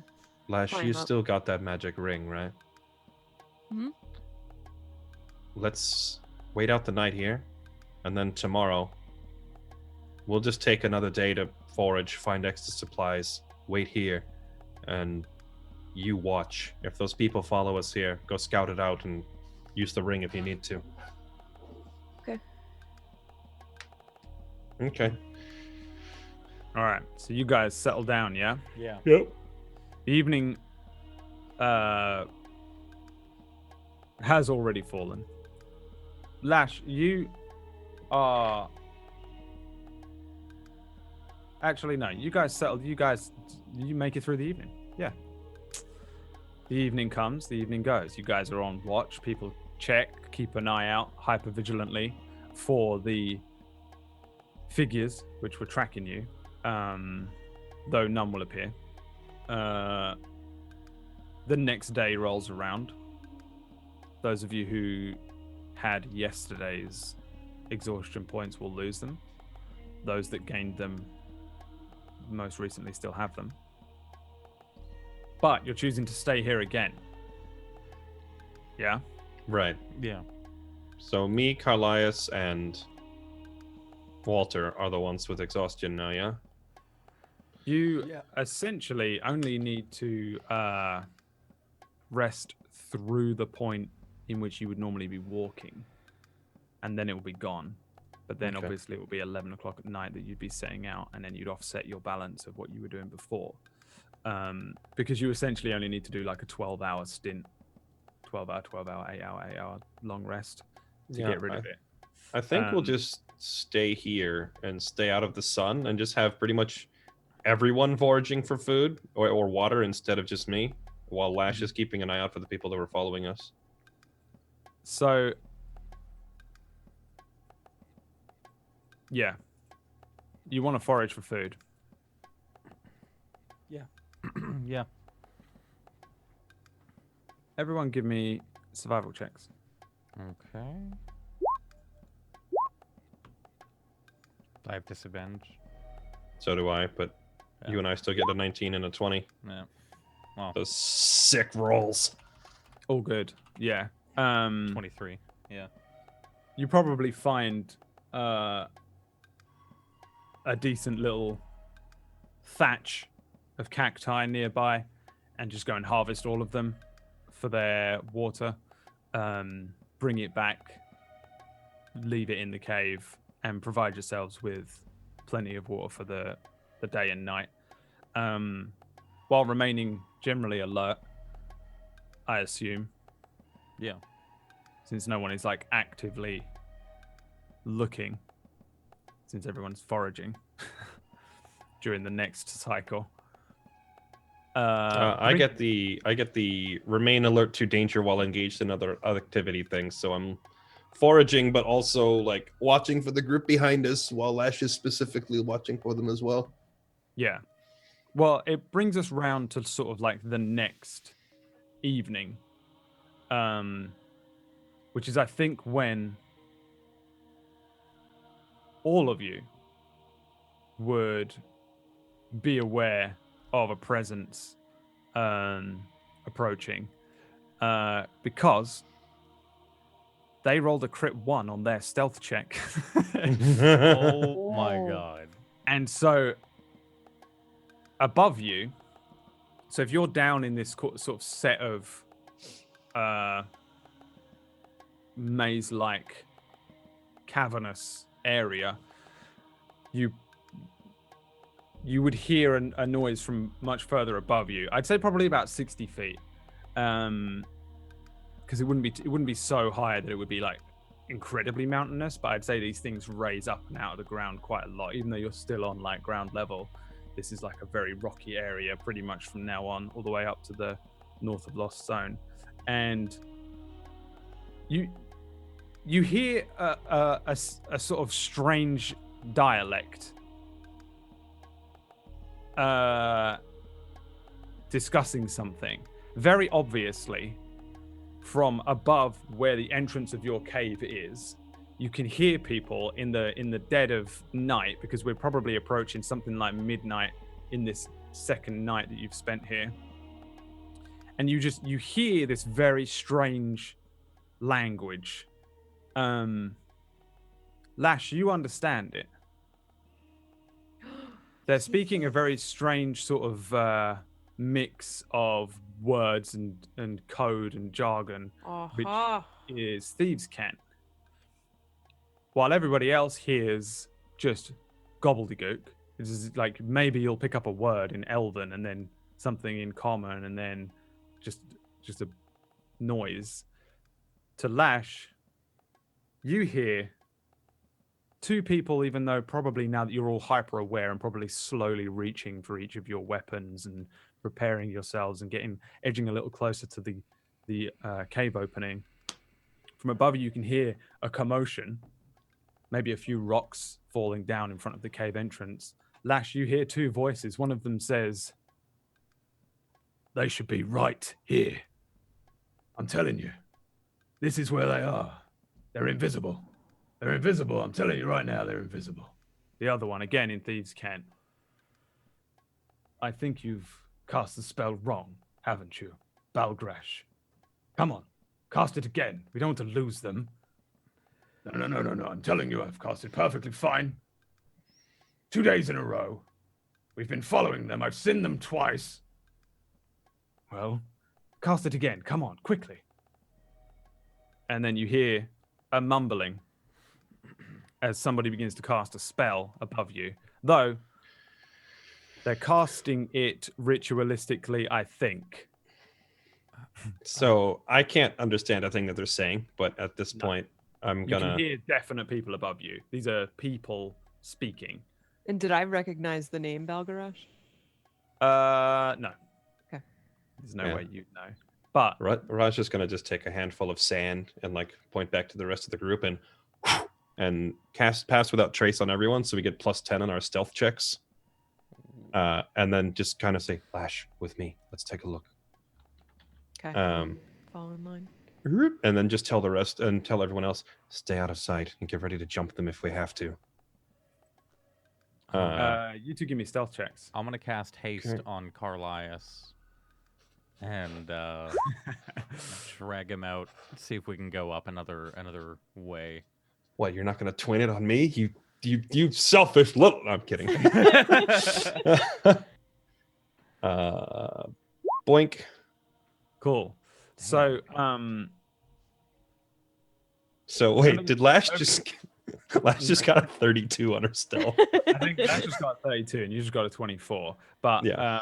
The figures of Raja and Lash, almost imperceptible to you guys, even though you know where they are and that they have this spell, they move like fluid silently out of this cave into the very dark of the evening. Probably somebody's kicking some dirt over the fire, lowering any small amount of flicker that would be leaving the cave entrance. And then Walter begins to cast a spell over. You do it on yourself as well. You twinned it. No, I'm not twinning it. Just cast it on just on Carlias. Carlias, yeah. But I've also like, is Arden? Are you asleep or? What is Arden doing? Yeah, that was my next question. He's slowly getting up. Okay, I'd probably like Very wait slowly and getting like up. and just kind of like You want me to go back to sleep? no, come with us. There's people up there. Okay. And we've spent the whole day resting, Arden. It's He needs not his beauty enough. sleep. It's not enough. Just 5 more minutes. He needs his beauty sleep. You guys are tip top, and as Raja and Lash exit the cave, I think that's where we'll go to a break. Okay, Okay. cool. We'll see y'all 3 to 5. Thanks for watching. It's the break thing. That's it, Jay.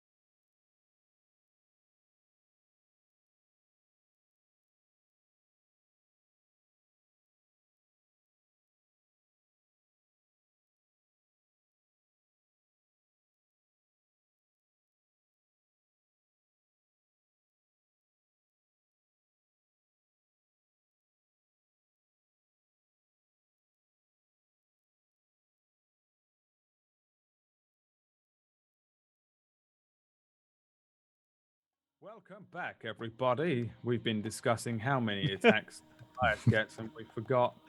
That's how it took that long. Literally, it was a 10-minute break to discuss if Forgot we were Carlias gets a multi-attack on a haystack shit. We were just figuring out that Carlias can attack 14 times per turn, and it's going to be great. We almost worked out that you could do that before we realized that that's not really true. He does get to do 6. 6. Or we came to 6 is what we came to. That was the official, non-official. And we're also discussing the reload property. So the reload property, for the record, is kind of just this invisible, pointless thing normally on a crossbow, whereas the gunslinger archetype has reload, which is the weapon can be fired a number of times equal to its reload score before you must spend 1 attack or 1 action to reload. So that for me is specific, overriding general. So although we have done it before, Connor, that was probably just me not knowing the class and just being like, yeah, whatever, just whatever you want. But realistically, you will always need to use an attack or an action to reload the thing. Yeah. So of his 6 attacks, any one of them could be used to reload it. Then. Yeah. So he could, I guess, unload Cerberus, reload 2 more bullets into it, and do a double Cerberus. I guess the first 2 options that are on it. Yeah. He could attack with Cerberus and then hasted reload and then action surge, fire Cerberus again, and then bonus action attack, so he can attack 7 times in 1 turn. Oh my god. He does have 2 guns, so he could just 3 and 3. It was at that moment that Brad realized he should not have given him a triple shotgun this early in the campaign. No, I think with the crossbow feat, I can actually use the same Cerberus. I think it has to be an offhand gun. No, you can't reload with crossbow feet. No, I mean for the bonus action attack.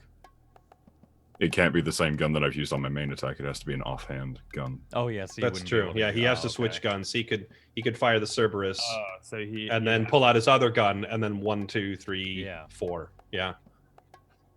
Then he would just have to. Then he would just have to like spend 2 rolls on his next turn reloading both guns, and it'd be like playing Killing Floor when you're playing the gunslinger in that game. It's like boom, boom, boom, boom, boom, boom. Hold on 14 seconds, guys. We'll like reload all of these guns. Your combats go anyway. Just pure Killing Floor. Anyway, above you, I think what I'll do, I'll put you on the battle map. The vague sort of battle map, and it is very vague. These are all like really generalized things to give you an idea of where you guys are. You're not actually on here yet, but you are about like you're like here, right? So you see where this like bridge thing is. We'll say your cave entrance is there. I'll give you like a little crappy thing that I'll put like just on the thing, so we can just like, this is a hole in the ground, but imagine it's an actual cave entrance. We'll say on that square there. So that's where you guys are. I'll drag you in now. Oh man, I've got your other ones up. That's all the fucking random.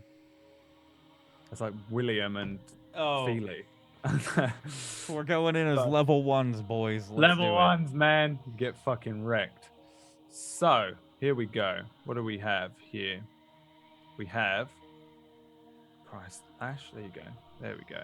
So we'll say Lash is there and Raja is probably like here because you guys crept out, maybe one side each. And then although you guys are down, there's a 60-foot drop. So you're on like a lower level. This is the one thing that Roll20 doesn't have, is like a elevation. X-axis. Yeah. Y-axis. No, X-axis. Which is a shame.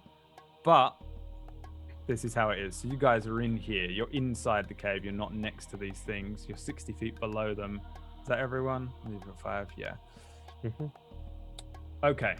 So these guys are unaware of your presence. They're not like, haha, tricked you, firing arrows down on you or anything like that. Raja and Lash, you creep out. And I want to motion to them as we're creeping out. Like when Lash and I get out and I guess take a right or a left or whichever direction, I'm like motioning to the others, like go the other side. Yeah, they're probably like this. These guys, because you can hear Lash. These two were the ones that were speaking. This one, the cult fanatic, as he's labeled, is the one which is now casting a spell that you recognize was called Balgaresh. The spell was called Balgaresh, or the No, his name. No, his name was his Balgaresh. name. Okay. Yeah. That I was was the like, one. wow, that's a special spell. The one standing next to him was the one who referenced this guy as Balgaresh. Okay. And now he's kind of like, one of them is like casting a spell. It looks like it's one of these spells that takes a while to cast. You probably can't see these other guys, but I would say that you guys can hear them because everybody's moving around. They're not trying to be particularly stealthy because they do not believe that you're here, although they expected you to be. You can definitely see these two. This one is very clear. He's like pacing around, kind of tapping his feet, like when you leave Sonic for too long, he starts tapping his feet impatiently, moving around. Now, this guy looks like this. Is that showing? There you go. Mask? The mask that he's wearing is Dead Ringer for the two that you picked up, although his isn't burnt up and scorched. They're not exactly the same, like they came off of a conveyor belt, but they resemble the same thing, a wooden carved mask. It's held in place by a huge set of like robes that wrap around the head, not too dissimilar to what Raja's wearing, although a lot more tightly bound, and it seals the mask up against his face very tightly. And then he's got this like very dramatic, although probably not quite as pretty looking as depicted in the image, armor on, and then a very large sword. These guys, they look kind of nasty. And they are they're like very religious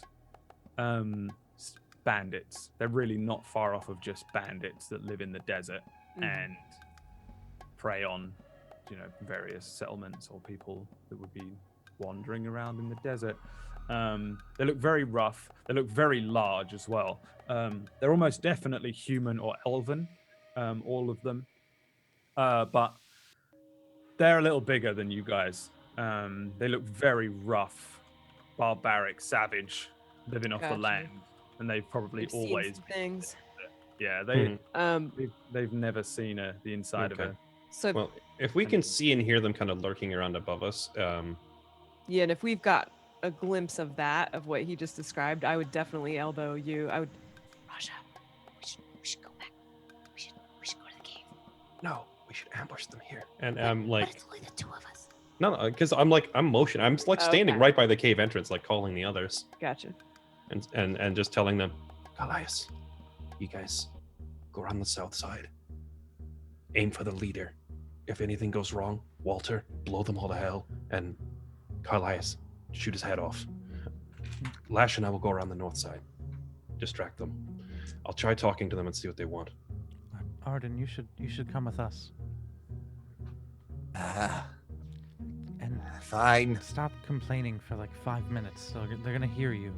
but it's sandy and it's dry and it's wet. That's the fucking desert, Arden. It's not wet. Arden, shut up and get out of here. We don't have time for this. It's dry and it's wet. It's dry and it's wet. Dry and it's wet, everybody. Arden's my favorite character.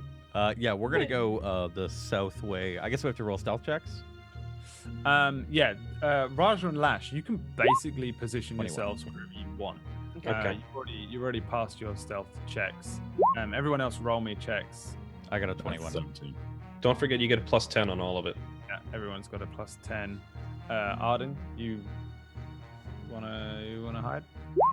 You don't have to hide if you don't want to hide. I'm all right with that. You can do what you want. Cool. Yeah. So 21, 21, and 17. Just to be meta, you guys can practically place yourselves wherever you want. and surprise the fuck out of these guys because they rolled no higher than an 8 between all 6 of them. Nailed it. Not there, Arden. If you wanna climb up the thing, give me an athletics check. Athletics. Okay.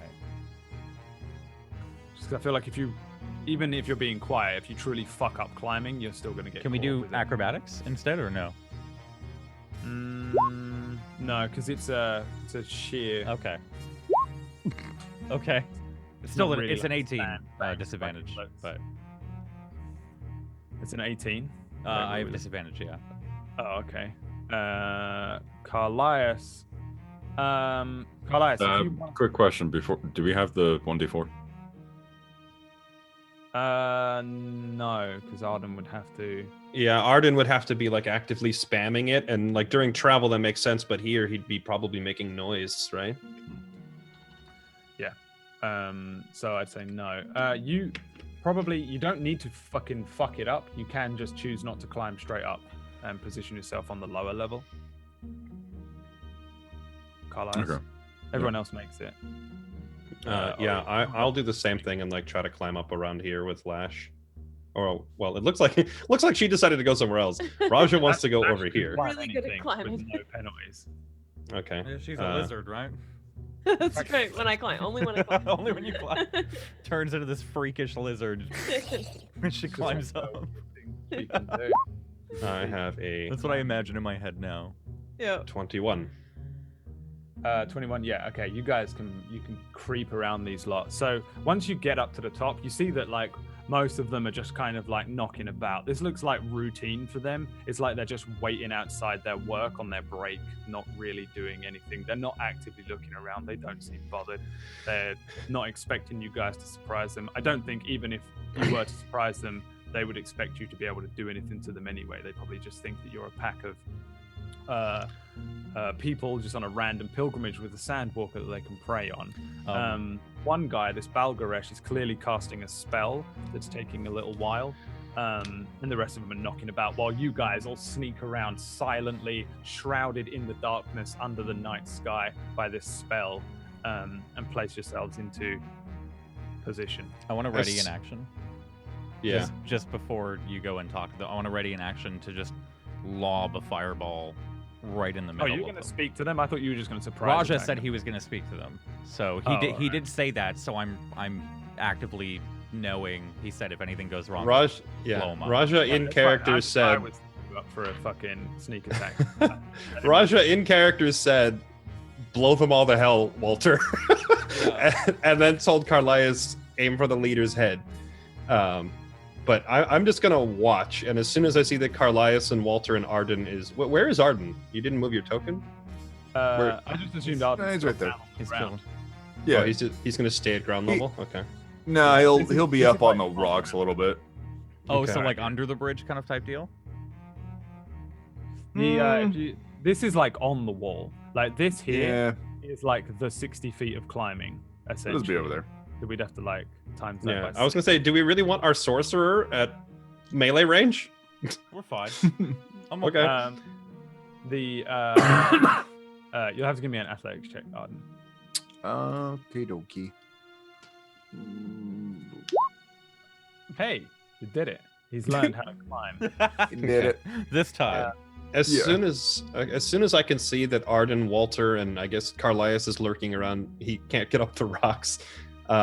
Once I can see that they're all in position, I'm gonna just walk right up behind this guy and just say, "Looking for us," and just make the sound of my revolver cocking. Yeah. What I will say is that there's no way he would just turn around and be like, "Oh, hello, good afternoon, sir." He's definitely going Right. to reach for a weapon, spin on you. They're all going to suddenly move into motion, just suddenly like spinning on you. The guy who's casting the spell will stop. The largest of all of them is the one which was speaking to Balgaresh here. He looks like he's got a little bit more of a flair to some of his armor and stuff like that. Immediately just spins around and just, "Oh, there they are! Yeah, Fucking get 'em!" As And soon with them all turning and spinning, I'm gonna like take a step back and say, "Not so fast. You're in a bad spot, friend." There's no fucking way. They're all fucking attacking you. But Walter! I'm just gonna yell it. Throw There's a no- fireball, baby. there's Yep. there's no reasonable Fuck. way to rationalize with these. I mean, you can not kill them and speak to them afterwards, but they're all fucking pulling arrows and launching. Yeah, if they're all drawing weapons, then Raja just yells, Walter! Across the thing. You are here though, Raja. Just for the record, this Okay. one, unless you Gotcha. fucking cut his head off, is pulling a sword and spinning on you instantly. Okay. They're all well-honed fighters that are No, just, I meant like if we were gonna have like a conversation, then I'm stepping back. But if we're just going straight into initiative, I'm fine standing here. I'm gonna put a fireball. everyone give me initiative first, and then you do get a surprise round though, so everyone's gonna get 2 fucking hits on these guys, so they're probably just gonna all die. Let's be honest, you lot are. How do we do radius again? I'm so stupid. So radius is half of whatever the full thing is. Radius extends in each direction. So like you pick a spot and then 15 feet in every direction from there. Okay, yeah, Or wait, what's the radius of No. fireball? Is it 15 feet? 20 feet, I think. Is it 20 feet? I'm a little worried right now. 20-foot radius. Well, yeah. Oh wait, so hold on. It is 20 feet. Yeah, it is. My feathers are. Yeah, thin. 20 feet radius. 20-foot So yeah, radius. you pick one spot and then 20 feet in every direction from that spot is where it hits. it's a lot. Yeah, it's big. Did I add Balgaresh? There we go. All right. So let me just roll all these boys up. Oh, And don't forget, Raj is fine with getting hit by fireballs. yeah. He what does I- not care. Oh. Oh my. All right. Everyone on there? All right, there we go. I found the sweet spot. All right. So from this point, Pardon. Oh, Walter, wait. You need to roll. Oh wait, you not on there or? Did yeah. You roll, but not. Sorry, I still need to roll. My bad. Oh, I was doing math. Hold on. Da-da-da. No, yeah, that is the sweet spot. That hits all of them, That's and the sweet spot. Yeah. yeah, right there. Okay. 9 initiative. 9 initiative. We get to murder. Carlias, Hold on. you Wait. are first. Fireball. What?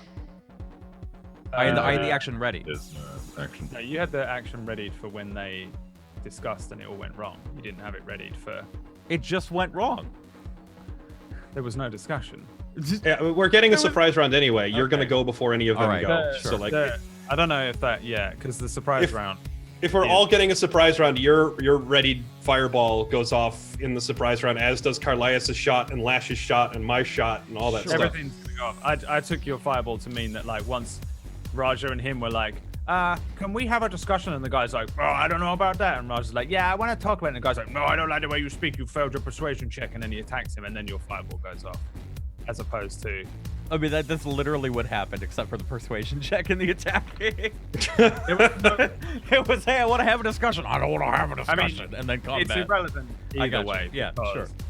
It's still a surprise round, which is the same thing. If we're gonna be super technical about it anyway, you can't ready actions outside combat, or you would just walk around like, I have a readied action to shoot the next thing that pops up everywhere I go. I guess To so. always get free attacks. There you go. You've just been promoted to second DM. Yes! I finally did it! But going into combat, you can prepare. We've done that before. We readied actions right before a combat. to You've have the been effect you on the went into combat. this combat. Chris prepared. Perkins already like specifically said you can't do that, but I'm not gonna argue with how you guys want to do it. I'm gonna argue with Chris Perkins. I'm gonna go yell at him. Do it. At the Do Wizards it. of the Coast office. Fuck sorry, Connor, go. No, by all means. So how many attacks do we have currently for the?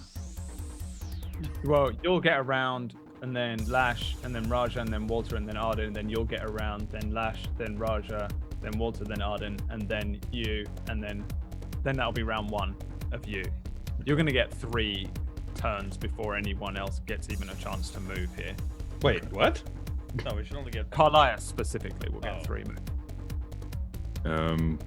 Because you move through initiative order once, Yeah. and then I'll oh no, do yeah, you're right. I'm dumb. actions. I'm being dumb as shit because I'm sick. No, I'm just confused how he gets 3 whole turns before. I'm just dumb as Okay. shit. Oh, I was like, what the heck? You have some odd surprise rules. I love it. I didn't know what an ironing board was called a couple of hours ago. Okay, I'm amazed I can. Even Carlisle, what do you want to do? Just I'll tell you what to do, and you do it, and then you do the thing, and then I'll tell you where you can go, All right. and then do the thing, and then yeah. So I'll shoot. You just kill these guys, all right? Yeah. You should, in theory, slaughter the fuck out of them. Yeah. They even take a single HP point off of you. If you kill these without them taking 1 HP point off of any of you, you all get inspiration. Go. Time to meta. The first attack. Who are you attacking? This is going to be on Balgarash. Yeah, I would say you probably can only see Balgarash and this Yeah. guy at the moment as well. Balgarash. That is a hit, amazingly. 7 damage. Balgarash stops casting a spell, and then suddenly the chaos erupts. Everyone starts reaching for weapons, drawing swords and grabbing arrows out of quivers, and there's a crack of a gunshot, and suddenly Balgarash is pitched forward with a blood red stain pushing through. He doesn't have all this weird garb on, by the way. He just has a very drab looking robe over a basic set of leather armor. He looks more like your typical just ruffian on the street, as opposed to one of these horrific, monstrous looking beast barbaric people. And then a bullet hits him, and he lets out a cry. And what do you want to do next? So second shot as well. Yep. Does that hit? Extra attack. I didn't even see you rolled 2. Sorry, yeah, they both hit. Is it not adding your damage mod? That oh, it is. Never mind. It's just not showing for some reason. 2 bullets. Yeah, just strike him. He's pitched forward. There's just 2 horrible holes in Balgarash. He looks down at himself, looks around. They can't work out who's got the gun. He's got a shooter, but they don't know where you are. I'm going to do another Scar Shot plus my extra attack from my feet for Cerberus. Yeah, so you get your bonus. Your bonus is the crit. Your haste is the crit, and then your bonus is the 18. Yeah. Yeah. Cool. 2 more hits. 1 being a crit. You could potentially kill him. Yeah. How do you want to kill this guy? Oh my god. So Scar Shot, the crit is going to shoot him in the heart, and then Cerberus just shot to the head. Yeah, Clean so through. he just shoot up. He's already dead before the back of his head explodes, JFK style, and he just collapses in front of the. Like too soon? It was in the 60s, Jay. Fucking For Americans, pitches it's always forward. too soon for Oh that. man. Yeah. I'm not even American. And he just fucking falls. Dust and sand. His robes fall down, and then blood starts to run down this rock. And is that the end of your turn? Can I move? Yeah, if you want to climb, you have to give me an athletics check.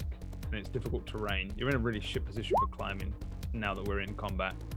Nice, yeah. You can move half your movement up this 60 feet.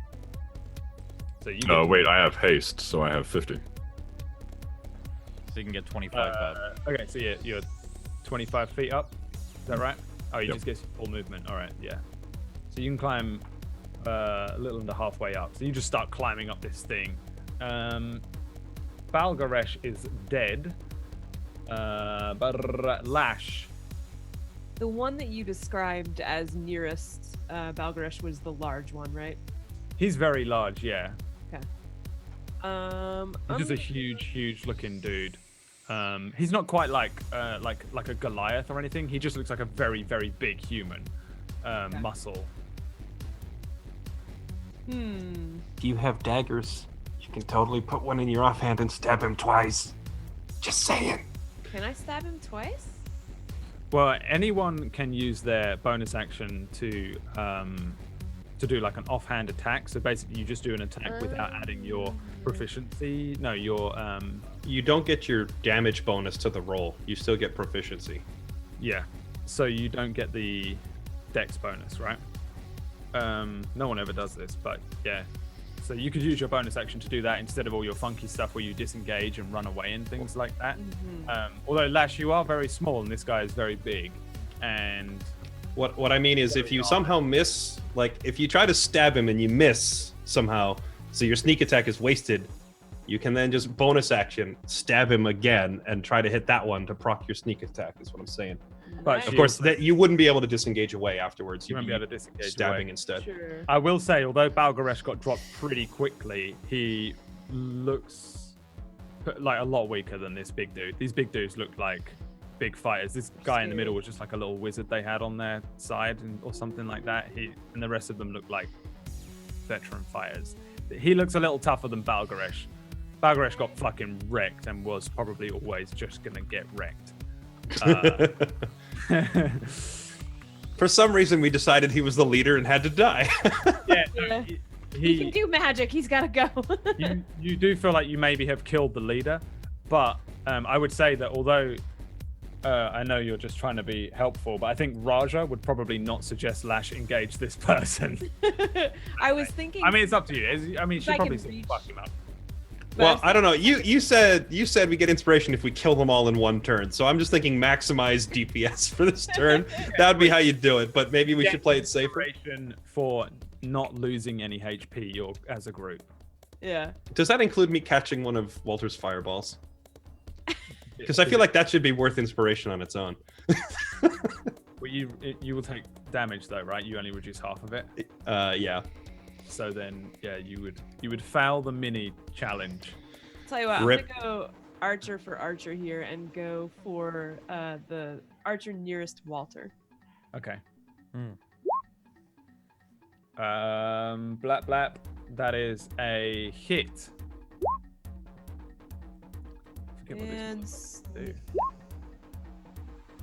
that's 17. Oh yeah. You suddenly pull out your own short bow, and while this archer is like looking around, suddenly as you guys just appear out of the fucking night darkness, fumbles for his own longbow and an arrow. He suddenly doom, arrow in one side. Minute. And you deal 17 damage because rogues are stupid. And After Carlias just did like 30-something damage in one turn. Yeah. Rogues are stupid. Rogues are stupid. He does Well- have Cerberus. I mean, He didn't even use Cerberus. Oh. Apart from one shot, the final shot, Wow. which was a 7. Yeah. But he did multiple shots. This was one hit. Is my 17. thinking.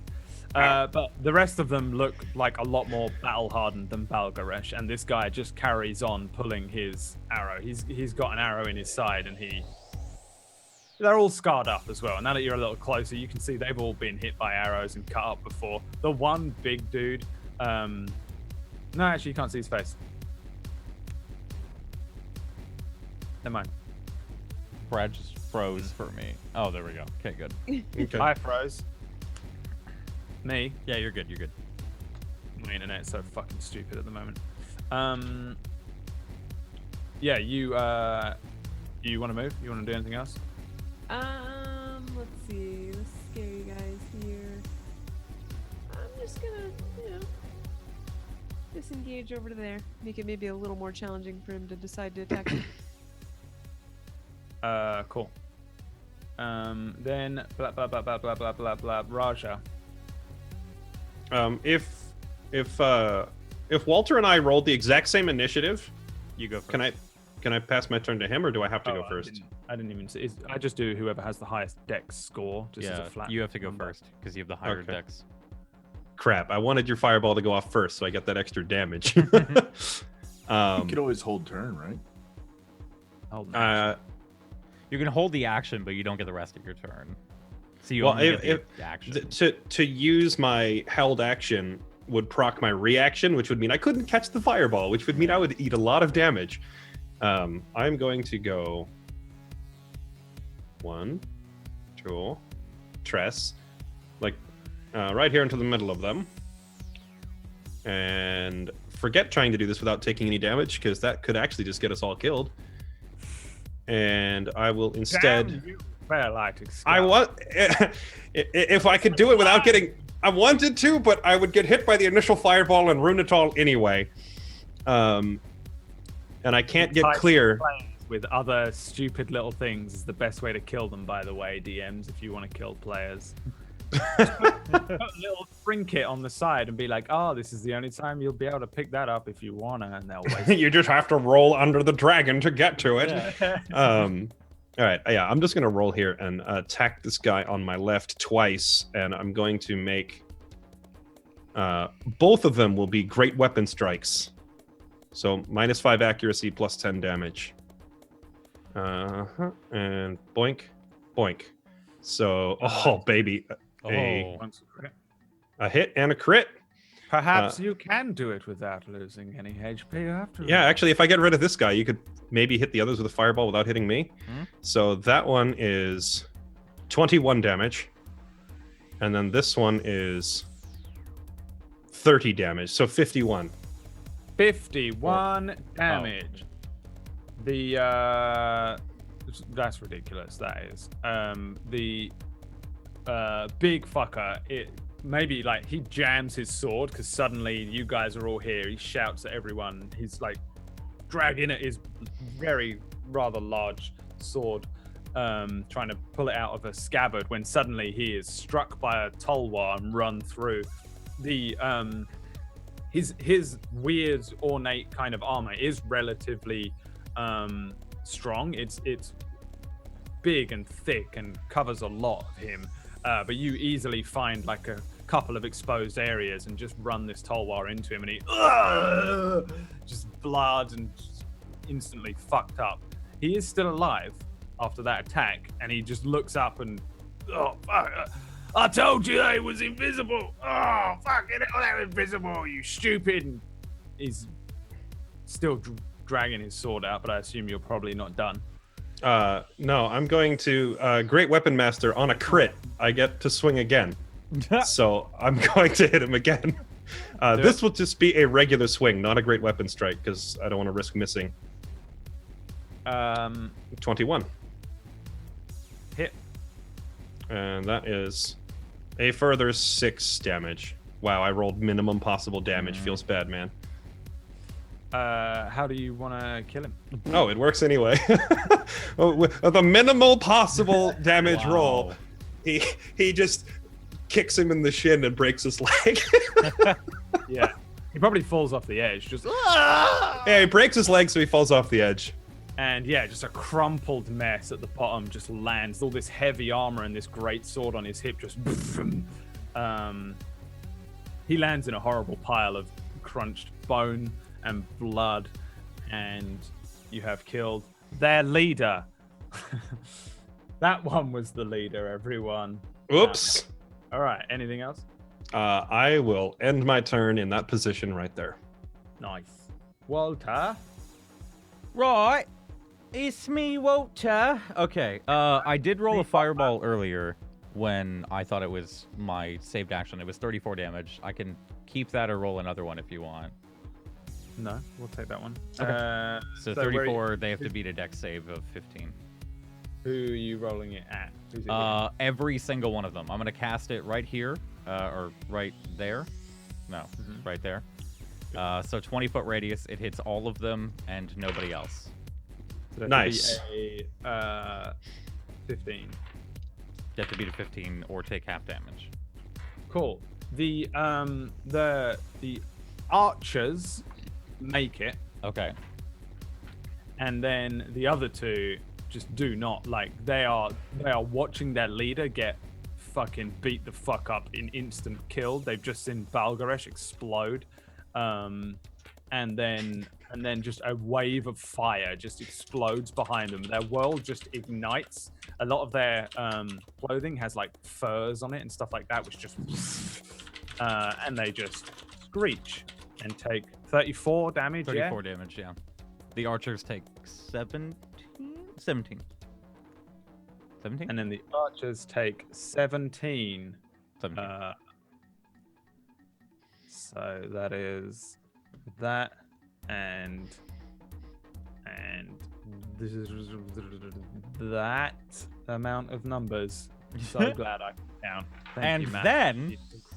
And then I'm going to twin and quicken a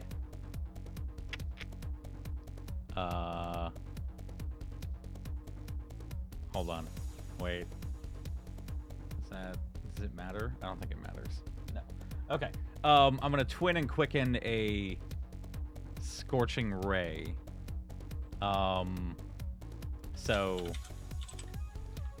at 1 at 3rd level, which is 4 beams, and then another one, or sorry, no, they would both be at 3rd level, so 8 beams total. Yep, whatever. Yep, whatever. Okay. So I don't even care anymore. I just 1, tell me how 2, much damage you do. 3, 4, 5, 6, 7, 8. And And this is at the archers, did you say? this I'll do. Yeah. Do any of them actually hit, since they're all 13s or lower? Well, that's the thing. I do have disadvantage. Oh wait, is it? There's disadvantage on attacks too. Our right? exhaustion is gone. He said as soon as we reach the same time the next day, we're good. Okay, never mind. Yeah, So none of you are exhausted. all tides of chaos to get advantage where I can. Then. How many tides of chaoses can you do? In the interest, it's 1 and then you make me roll, and then 1 and then you make me roll. And then you make me See, roll. So I'll do 1. I rules I'll do lawyer in our favor too much. I feel bad not pointing out that you can't twin that spell. Which one? Well, that's why I was wondering about the. No, you can. Twinning, yes. Why wouldn't you be able to twin that spell? Because Scorching Ray is capable of targeting multiple targets, and Twin says it only works on spells that can only target one. Oh, what's the combo then? Oh, maybe you know what? Then it's 2 firebolts. Not Scorching Rays. It's usually quicken your Okay. fireball, or your fireball is quickened, Fireball. and then your firebolt is twinned. Firebolt is twin. Okay, well I'll keep that's Scorching Ray. I'll keep 4 of the Scorching Rays, then we'll just do the first 4 Scorching Rays, and I'll do Tides of Chaos on the 3rd roll there. Cool. To make it a 26 to hit. Yeah, so that one hits, and the rest don't. Which one Oh. are you aiming? I'll aim it for the bottom archer here. Okay. He is hit by a Scorching Ray. 8 damage. Roll me a D100. As their world just ignites as well, though they're a little more lithe on their feet. That's a good one, isn't it? I think 86. 86 What is is a it? good one. Put it up. I can. Oh yeah, hold on. We have that right in our. Do we not have that in our handouts? No, you cast Mirror Image. Yeah. Nice. Nice. Okay. So, like, as you like fire off these things, a bunch of them fire off wildly, and it's because your body just splits into multiples as far as everyone is concerned. You just randomly cast Mirror Image, and not sure why or how it happened, but you did. You see in front of you one of these archers who was immediately like, they were looking towards Lash before the world exploded behind them, and then suddenly they turn around, kind of a little shell shocked before they get hit by another bolt of fire. He's still alive though. They're all still alive. That's my turn. Arden. What do you want to do? I'm gonna cast Spirit Guardians. Yep. And Spirit it's 5, 10, 15, 20, Guardians. 25, 30. I don't care if I take tax opportunity. I'm just gonna run in the middle and just sit down and roll around on the ground. All right, one gets to swing at you.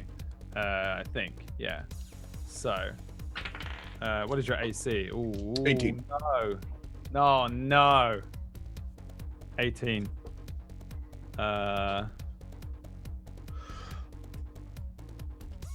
Yeah. So much for the no damage dream. So close. Could have done it, I reckon. Yeah. Bloody Arden. I blame Arden. You run past this archer who turns to Walter and sees you running, and then just fumbles, drops the arrow that he was about to knock, fumbles at a short sword, and just draws it across one of your legs as you go past. He deals 9 piercing damage, opening up one of your thighs, but then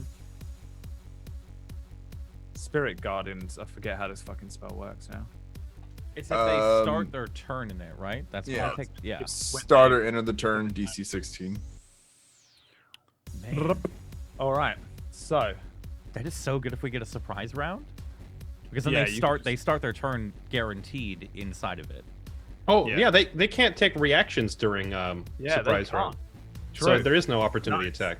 Yeah, that didn't happen. He does fumble at a sword, but just suddenly you're No damage dream. Arden probably tripped on a No, rock and damage like rate. skinned his knee or something. Still takes 9 No, damage, you but don't take any damage. And that brings us back round to Carlisle.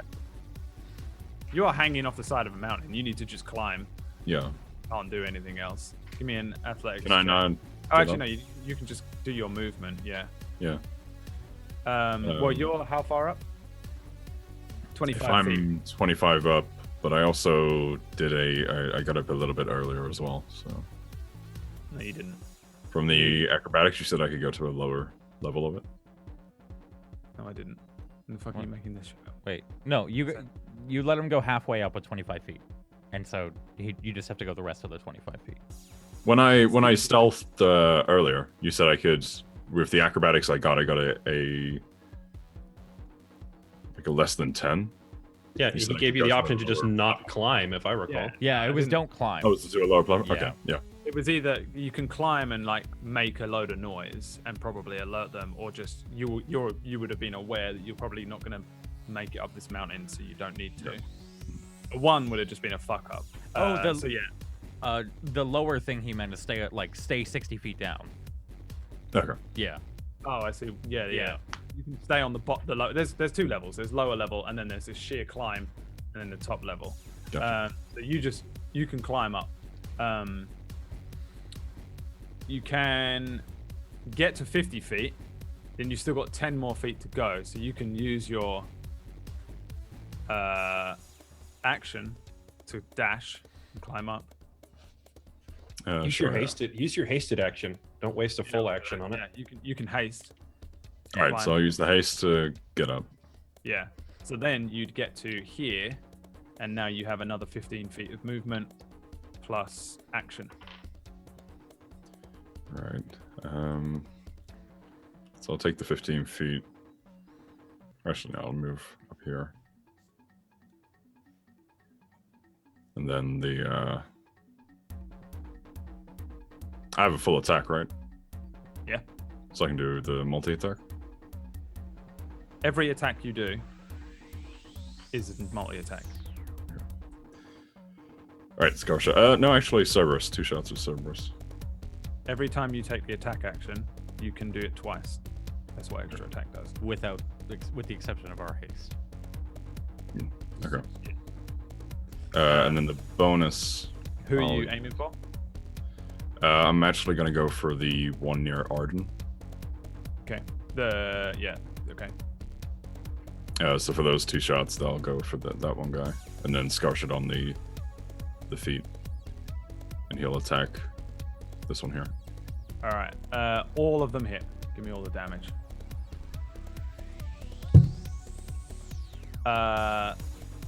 Incredibly, this guy is still alive. The 2 bullets just whiz past Arden, who runs into the middle of all of these people with this fucking weird spell with these spirit guardians lighting up the night sky a little bit. This guy in front of Arden is like still a little shell shock from the fucking nuke that just went off and burnt him to within an inch of his life, and then suddenly he's just shot by 2 bullets.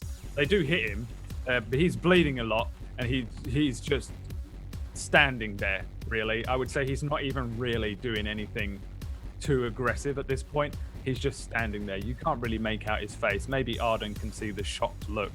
There's a lot of blood and burn, and there's probably burnt flesh coming off of him, Arden. He's on fire. He's being shot. He's barely standing, but he is standing. The archer next to on the other side, probably the best looking out of the rest of them, also has a mask on, even though the token doesn't show it. He takes 14, and yeah, you just fire another bullet over there. It hits this guy in the armor, but just easily breaks it, and opens up a nice little wound. Nice little wound. He's not looking great, but out of all of them, he appears to be the most well off. Now, that's the end of the surprise round, and that was round 1, wasn't it? Man. Here we go. Good grief. So that brings us round to this, the shell shock dude. Do you know what? I'm straight up making him roll like a con check to try and snap out of his like PTSD here. Nope, that's a 3. What's your con? It's not gonna be good enough, is it? I feel like you fucked him up good enough that he is just standing there. He's just kind of like this. You just ruined his mind. The archer over there, though, he doesn't like the look of Carlias, so he's gonna. Oh wait, hang on a minute. You can do something special, can't ya? Yeah, you can. I think he can hit a bunch of people. Yeah, he can hit. No, this is stupid. No, he's not going to do that. He's just going to fire a bunch of arrows. I'm completely looking at the wrong thing here. He suddenly he moves into action and just dunk dunk dunk fires 3 arrows, 2 at Carlias, 1 at Walter. Which one's this? 1 on the right. Oh, he needs to do a thing, doesn't he? Yeah. What does he need to do? It's like, God damn it, Jay. DC 16 wisdom, I believe, right? Oh, I need more D20s. Oh, I didn't realize you were this sick, man. Holy shit. This is the best I've been in a week. Fuck. Yep. DC 16. Oh, what? He's rolled an 18. Plus. So he takes 5 damage. Damn. 5 damage. All right. Yeah. Well. Blap blap. Not enough. He's still good. No. Fighting That's right. against this bullshit. He he still lets off 3 arrows. One hits the archer that is in front of him. And then have we each moved twice? Yeah, right? Yeah. No, you don't. Yeah. You don't each move twice. You just get 1 full round. Only Carlias moved twice, although I because wasn't he exactly. is super fast. Was that the arrow that was supposed to hit me? It hit. Yeah. That's fucking great.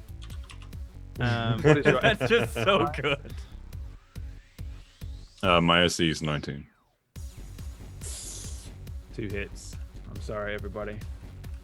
I'm really sad as well. The I dream wanted is you dead. guys- The dream is dead. I used some sorcerer bullshit good. to make that not happen. These guys have a little more HP than I remember when I set this fight up, because I set it up like 3 weeks ago. So you will, the first bit of blood on your side will be drawn as you take 14 piercing damage, 2 arrows. So you fire a bullet into him, he gets burnt a little bit from some bullshit from Arden, and then suddenly there are 2 arrows that are launched over at you, Carlias. They stick in you somewhere nasty, and deal 14 piercing damage. Also, his friend, behind a muffled mask, kind of lets out like a, "Oh, you fucking cock!" And he's, "Oh, I'm sorry, mate. What the fuck is going on?" And they're panicking, and he shot his friend. Next one will probably be in your bullshit as well, yeah? Arden? Yeah, they're all in his bullshit. Okay, then that's a fail. What does he do? Just takes that much damage. Oh, mate. Is that that like he hurts him. can't move? Or Well, he's half movement too. oh, It's half movement while in it. Yeah, I don't know if you want me to just roll for the round or roll per each hit.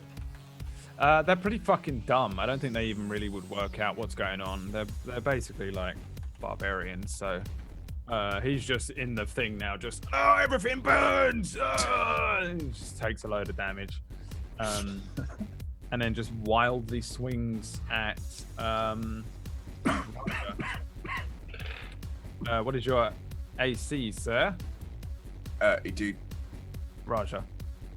Sorry, what's the question? Your AC. I don't think anyway. Actually. 19. Yeah, the highest he rolled was a 12. So, he like swings at you, but he's on fire and burning. You probably parry one easily with the Tolwar, and then he swings again. Just you barely even have to dodge to avoid it because he's just all fucked up. He's being burnt by radiant damage. His cloak is on fire. He can't see too well through his scorched mask, and Raja just very easily avoids any bullshit. And then we're back around to Lash. Can I tell how injured? I think the archer nearest Walter was not doing too great. The one that I first struck.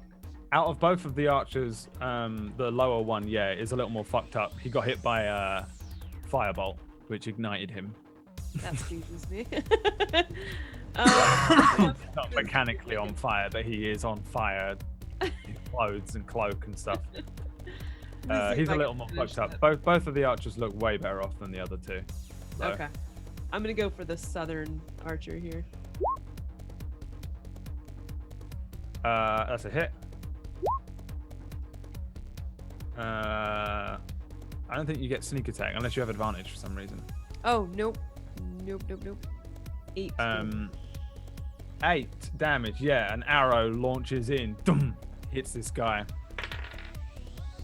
He shoots a nasty look over at you. Probably looks down at both of the arrows that are now in him. Just does like an Ace Ventura. Getting fucked up. Anything else in your turn? No, I'm just gonna keep quiet over here. I didn't shoot those. Thanks. All right. So he will. Oh damn. Yeah, he's gonna fire an arrow at Lash, Walter, and Carlias. And probably. What's this guy, Legolas? 3 different targets? Yeah. I'm guessing it's some ranger bullshit. 2 melee attacks or 3 ranged attacks. Ooh. They're pretty good. Damn. What are your ACs respectively? I have to roll to see if it hits a duplicate or not. 15. Oh, he also needs to roll his bullshit as well. Needs to beat it. 1d20. 19. So he fails his con check against Arden, first of all. He definitely hits a duplicate. Yeah. What does he have to roll to not hit a duplicate? I have to roll 11 or under. Oh, okay, yeah. It's my DC. So yeah, one of your duplicates just disappears. Lash, he misses you anyway because he rolled a 3. And then Carlos, what was your AC? Sorry. 19.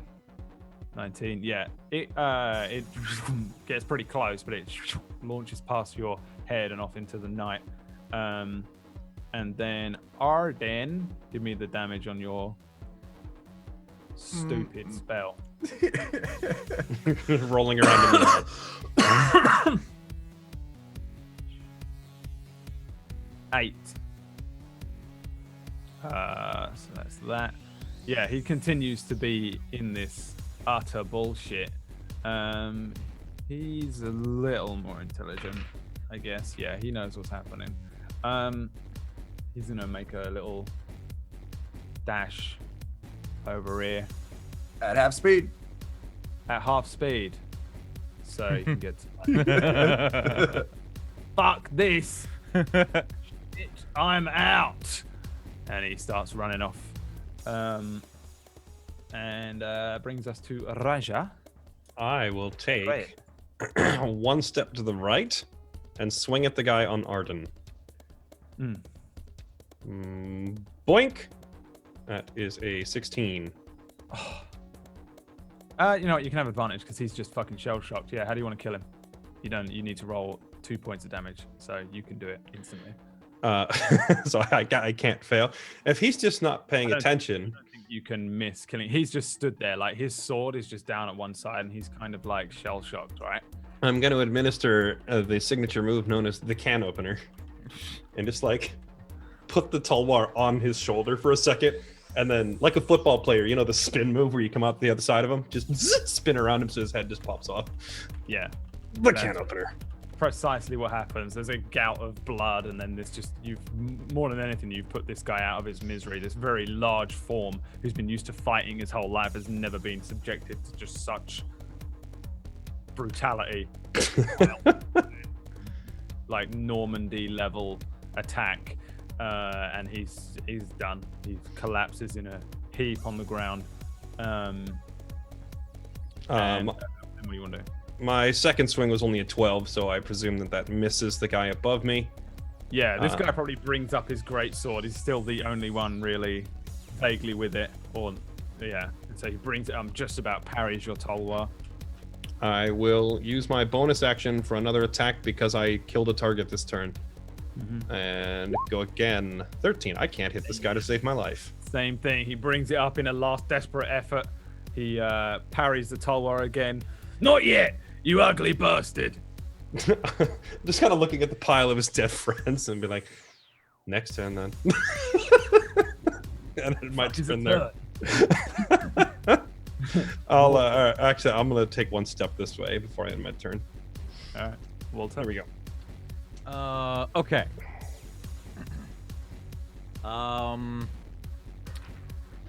Again, it's the last time I can do this.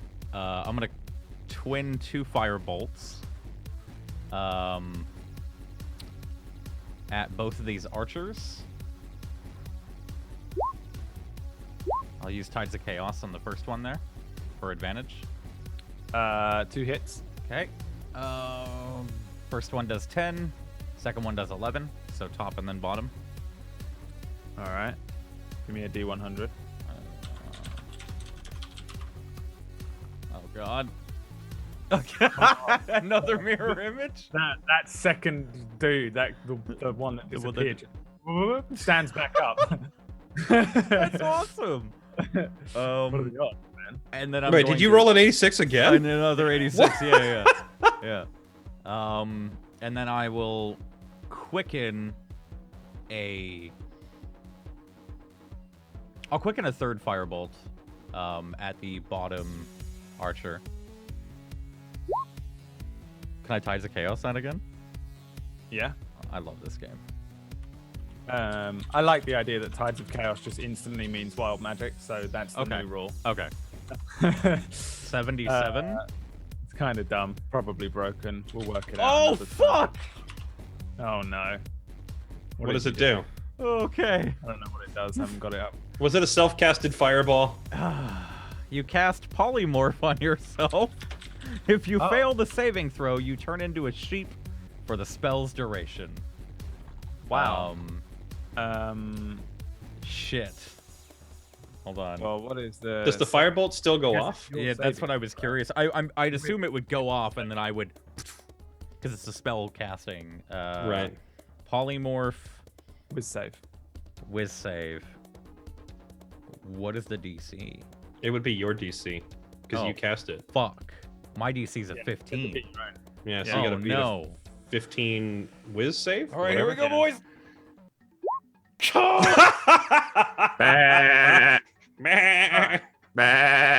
Give me the firebolt damage. Fuck. Wow. So this dude turns to see you, and like as the firebolt hits him in his face and melts his eyeballs and kills him, and he just falls backwards. I guess like from our camera perspective, the body falls, but there is a sheep just stood where Walter was. Just that's you're a sheep now. Where you were, you're a sheep. Can I not be He's like gonna a think cat or a dog? He's gonna think he died to a fire-breathing sheep. That's yeah. He's you're a sheep for an hour. Lovely. I'm gonna be the grumpiest sheep in the world. I'm tempted to make you a sheep for just Go ahead. the journey, but it's mental. So then that brings us to Ardyn. I'm not laughing at you. Totally not. All of you shut up. Oh yeah, are my mirror images sheep now too? There's wonder, no way right? your mirror image doesn't. It's got to be dropped. But I mean, just for the fun of it, then there's the fucking flock of sheep there. Yeah. No, but I'm not maintaining mirror image at all. It was just cast through other Yeah, means. no, there's a flock of sheep just wandering around over in that area. Turned into a flock of sheep. Absolutely. I love Dungeons and Dragons. Wow, I love this game so much. 1 sec. You all right? Just Carlisle is standing behind a ton of sheep now, like, what the fuck? What in the hell? We're grazing. What in tarnation is this? Oh. The cultist archer I'm looking at, I'm just gonna do a gosh darn it. I always Guiding bolt. Yeah, there you go, thank you.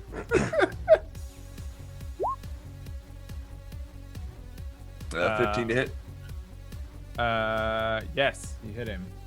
Well, I got nothing else better to cast. It's casted at level 3. All right. So 21. Yikes.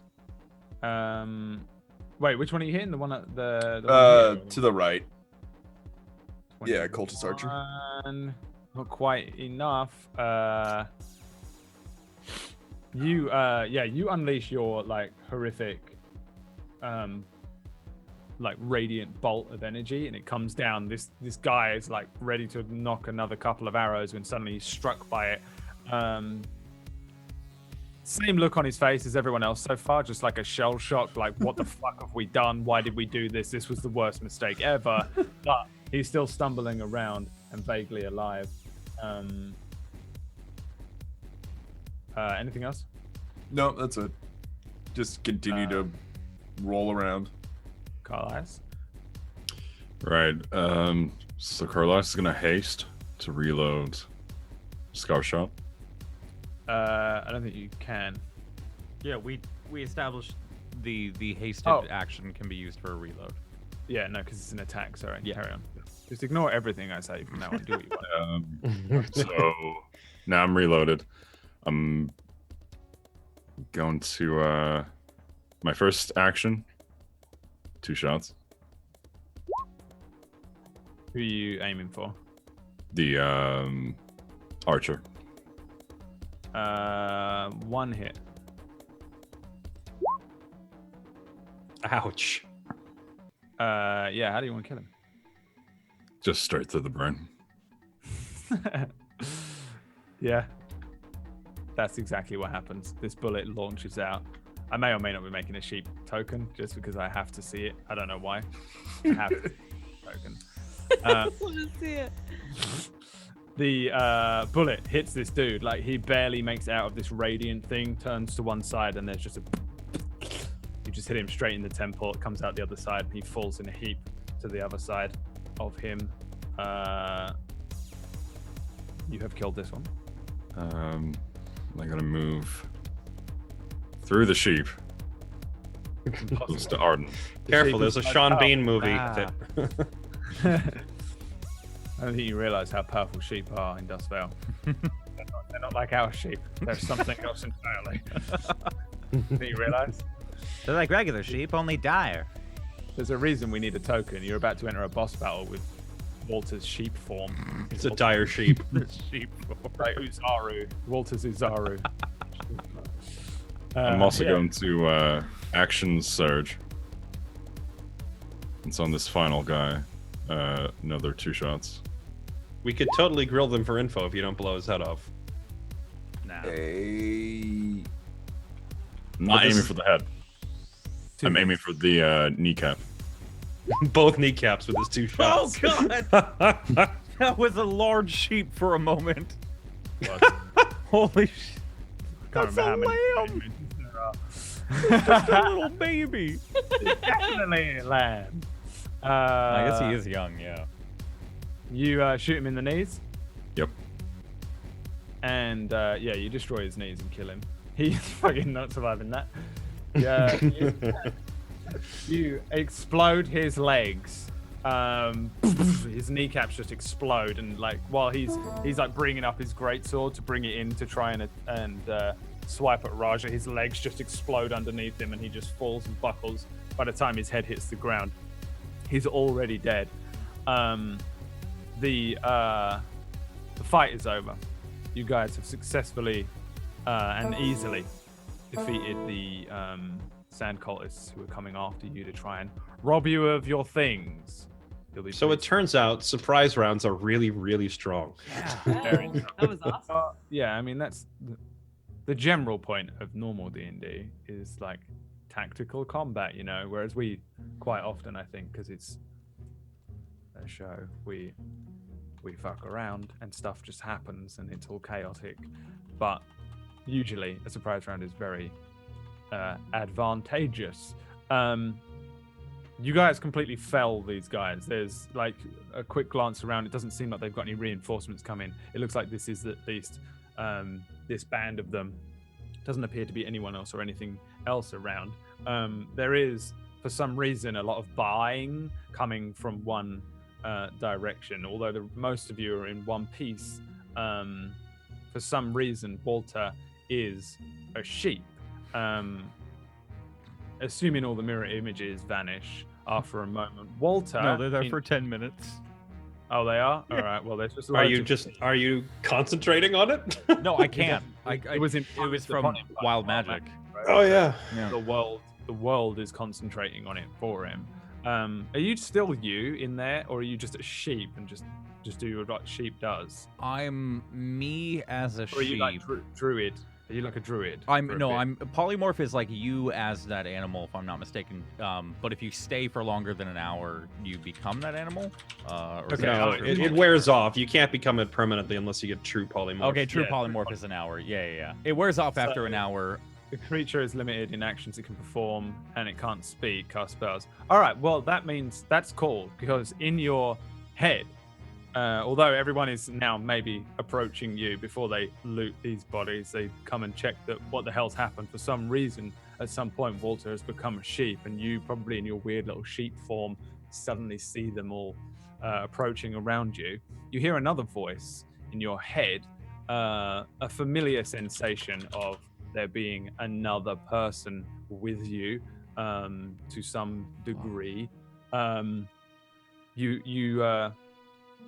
hear a voice speak to you and say, well, look where I've ended up. Nice to meet you. My name's Algarish, and seems that I'm traveling with you for a little while. And that is where we end today's session. Wait. Hold up. One thing before we end. Can I walk up? No. I got to do something right before we end. Just walk up to the. Fuck the sheep. Oh, go on. No. Yes. No. Walk up and like, hold on, Walter. Which one's you with all these mirror images? Wait, Walter. Walter. Oh, okay. We all bow in unison, I think. I shoot him in the face. Fuck. God, asshole. I wanted to be a sheep. That would have been great. Fuck that. I dodged that shit. All right. Thanks for watching, everyone. Thanks for... The gun goes off, and that's what like brings us to like a black okay. Like screen, like the end of Sopranos. Spoilers. Gunshot noise. Black screen. Thank you for watching, everybody. What an interesting episode. I thought you were going to fucking smash through the travel, and you've made it halfway, which is interesting. You should know. I don't mind. It means I remain weeks ahead in my prep, but also means I forget everything when I get to it eventually. Don't prep too far ahead, DMs, because it will fuck you up, because they'll be like, who's Balgaresh? And you'll go, I don't know. I'm on the fourth villain by now. I made this up so long ago. Cool. Well, there you go. The travel wasn't as broken as I thought, which is good. I didn't want it to be so bad that you'd legitimately just die in travel, because that'd be lame. Proved challenging enough. You rolled well. You've got more to go, and The You con double check at the end that was dope. It was good shit. yeah, I figured it needed something else. Yeah. Just because it's a rough travel regardless, and none of you are prepared either. Really, even to Sandwalker wasn't prepared for it. You were kind of thrown out into the desert and told to run. Runs. Never return. So yeah, no, it was thanks for playing. Let's do a quick round of shout outs. I really need to get to bed. Me and Tenchi. I know how you feel, Tenchi. Yeah. I'm starting to feel it. I'm like, I need to sleep. I was supposed to start streaming again today, and I'm No. 5 minutes in, I was like, nope. Rest, please. You must Not rest. well, sir. You do not sound well. Or actually, hang on. I want you to stream so that you just remain in a perpetual state of like really sick, so that you look like this all the time. Just slowly just fading lower onto the webcam. Yeah, but you keep the beard though, so Yeah, you're good. keep the beard, and you're not wearing a tie. It's getting like a little rough boy. It's getting to that point where I can feel it, and I hate that. Listens to a bit of ZZ Top. Look at him. This is the version of Tenchi that like got into like dodgy rock and roll and started drinking a little too early. Like this is. He's like that guy at the bar that plays pool a lot. Like he's always there every night. Only has one drink, but it's his table. He's like a cool dude. The cool dude anime man archetype is sick Tenchi. Well, let's start with Tenchi. Where can people find you when you're not sick, apart from on the cover of Vogue? Vogue. Well, if I ever do eventually stream again, it's been 2 weeks almost. Ugh. HA Tenchi 1 to 9 p.m. PST, Monday through Saturday. I'll probably be back next week. Ugh. Probably. Hopefully. If Hopefully. GQ's men's magazine doesn't sign him first. It will. It will if they see this VOD. I have to delete this VOD. I'm sorry, everybody. It's the Do only it. way. I can't know about the sheep. Tuesday. Where Hi can guys. people find you? I'm on Tuesday Gray. There are sick people here, so I will not drag this on. You can find me at /Tuesday Gray. Nice. There you go. Tuesday Gray, who is also the reason, which I forgot to mention at the beginning, that this now starts at 1 PST, which is 4 EST, which is 9 GMT, or whatever that translates to if you're in another bit of the world that isn't one of those. If it's not one of those, then you're probably in some sort of third world country, and we all feel sorry for you. But get on one of our time zones. Or I you think could we be in the center of America. That's just... A Which third we world feel even country. more sorry for you. A third world country. That's true. We have like the coasts, and then we have the third world the rest third of world. America in Same the way center. as we Third think world about states. Europe. That's why we left, because Europe's only an hour ahead, or Australia. So yeah, this starts an hour ahead of time, and will do forever, because Tuesday was like, oh my god, guys, I like totally want to sleep in later. Yeah. I'm tired of getting up early. I don't want to get up so early, and Fairlight's always like, I want to get up earlier. How could you do this to me? Yeah, that's how that went. That's definitely not a lie. So remember that if you're watching it live. If you're watching it on the VOD, don't worry about it. Connor Cronus, where can people find you, my sweet summer child? Wait, what? Where can people find you on Twitch? Twitch.tv/Connor Cronus. You spell the Connor with an OR, not like Tuesday did with the ER. That's wrong. Yeah. Who spells Connor with an E? Have you ever what Tuesday does. What third world country is she from again that makes her want to wake up later? Middle America. Central America. So CONNOR, the Cronus. That's pretty much how you spell it. And please don't ever spell it wrong. I thought he was gonna repeat it like 4 times, like a bad radio ad. Like that's CONNOR. CONNOR. COR. Yeah. Yeah, go and see Connor. Connor. With an ER. Connor. Who You guys am I people spell it with like an AR, just one N. No, they don't. Don't you lie. Get out of here. I've had that all my life.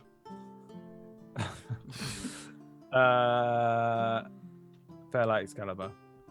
I wonder where people can find you. You can find me at Fairlight Excalibur. It's kind of Twitch- redundant, isn't it? Being like, Isn't it? Right, where can people find you? Fairlight Excalibur, where can people find Twitch.tv/Fairlight_. You remembered it. Excalibur. You remembered That it always this time. helps. Last week you forgot. You can also find me on Twitter and YouTube and a whole bunch of other places as Fairlight X that I never actually post anything to. Perfect. And then, last but not least, the only person from Central America.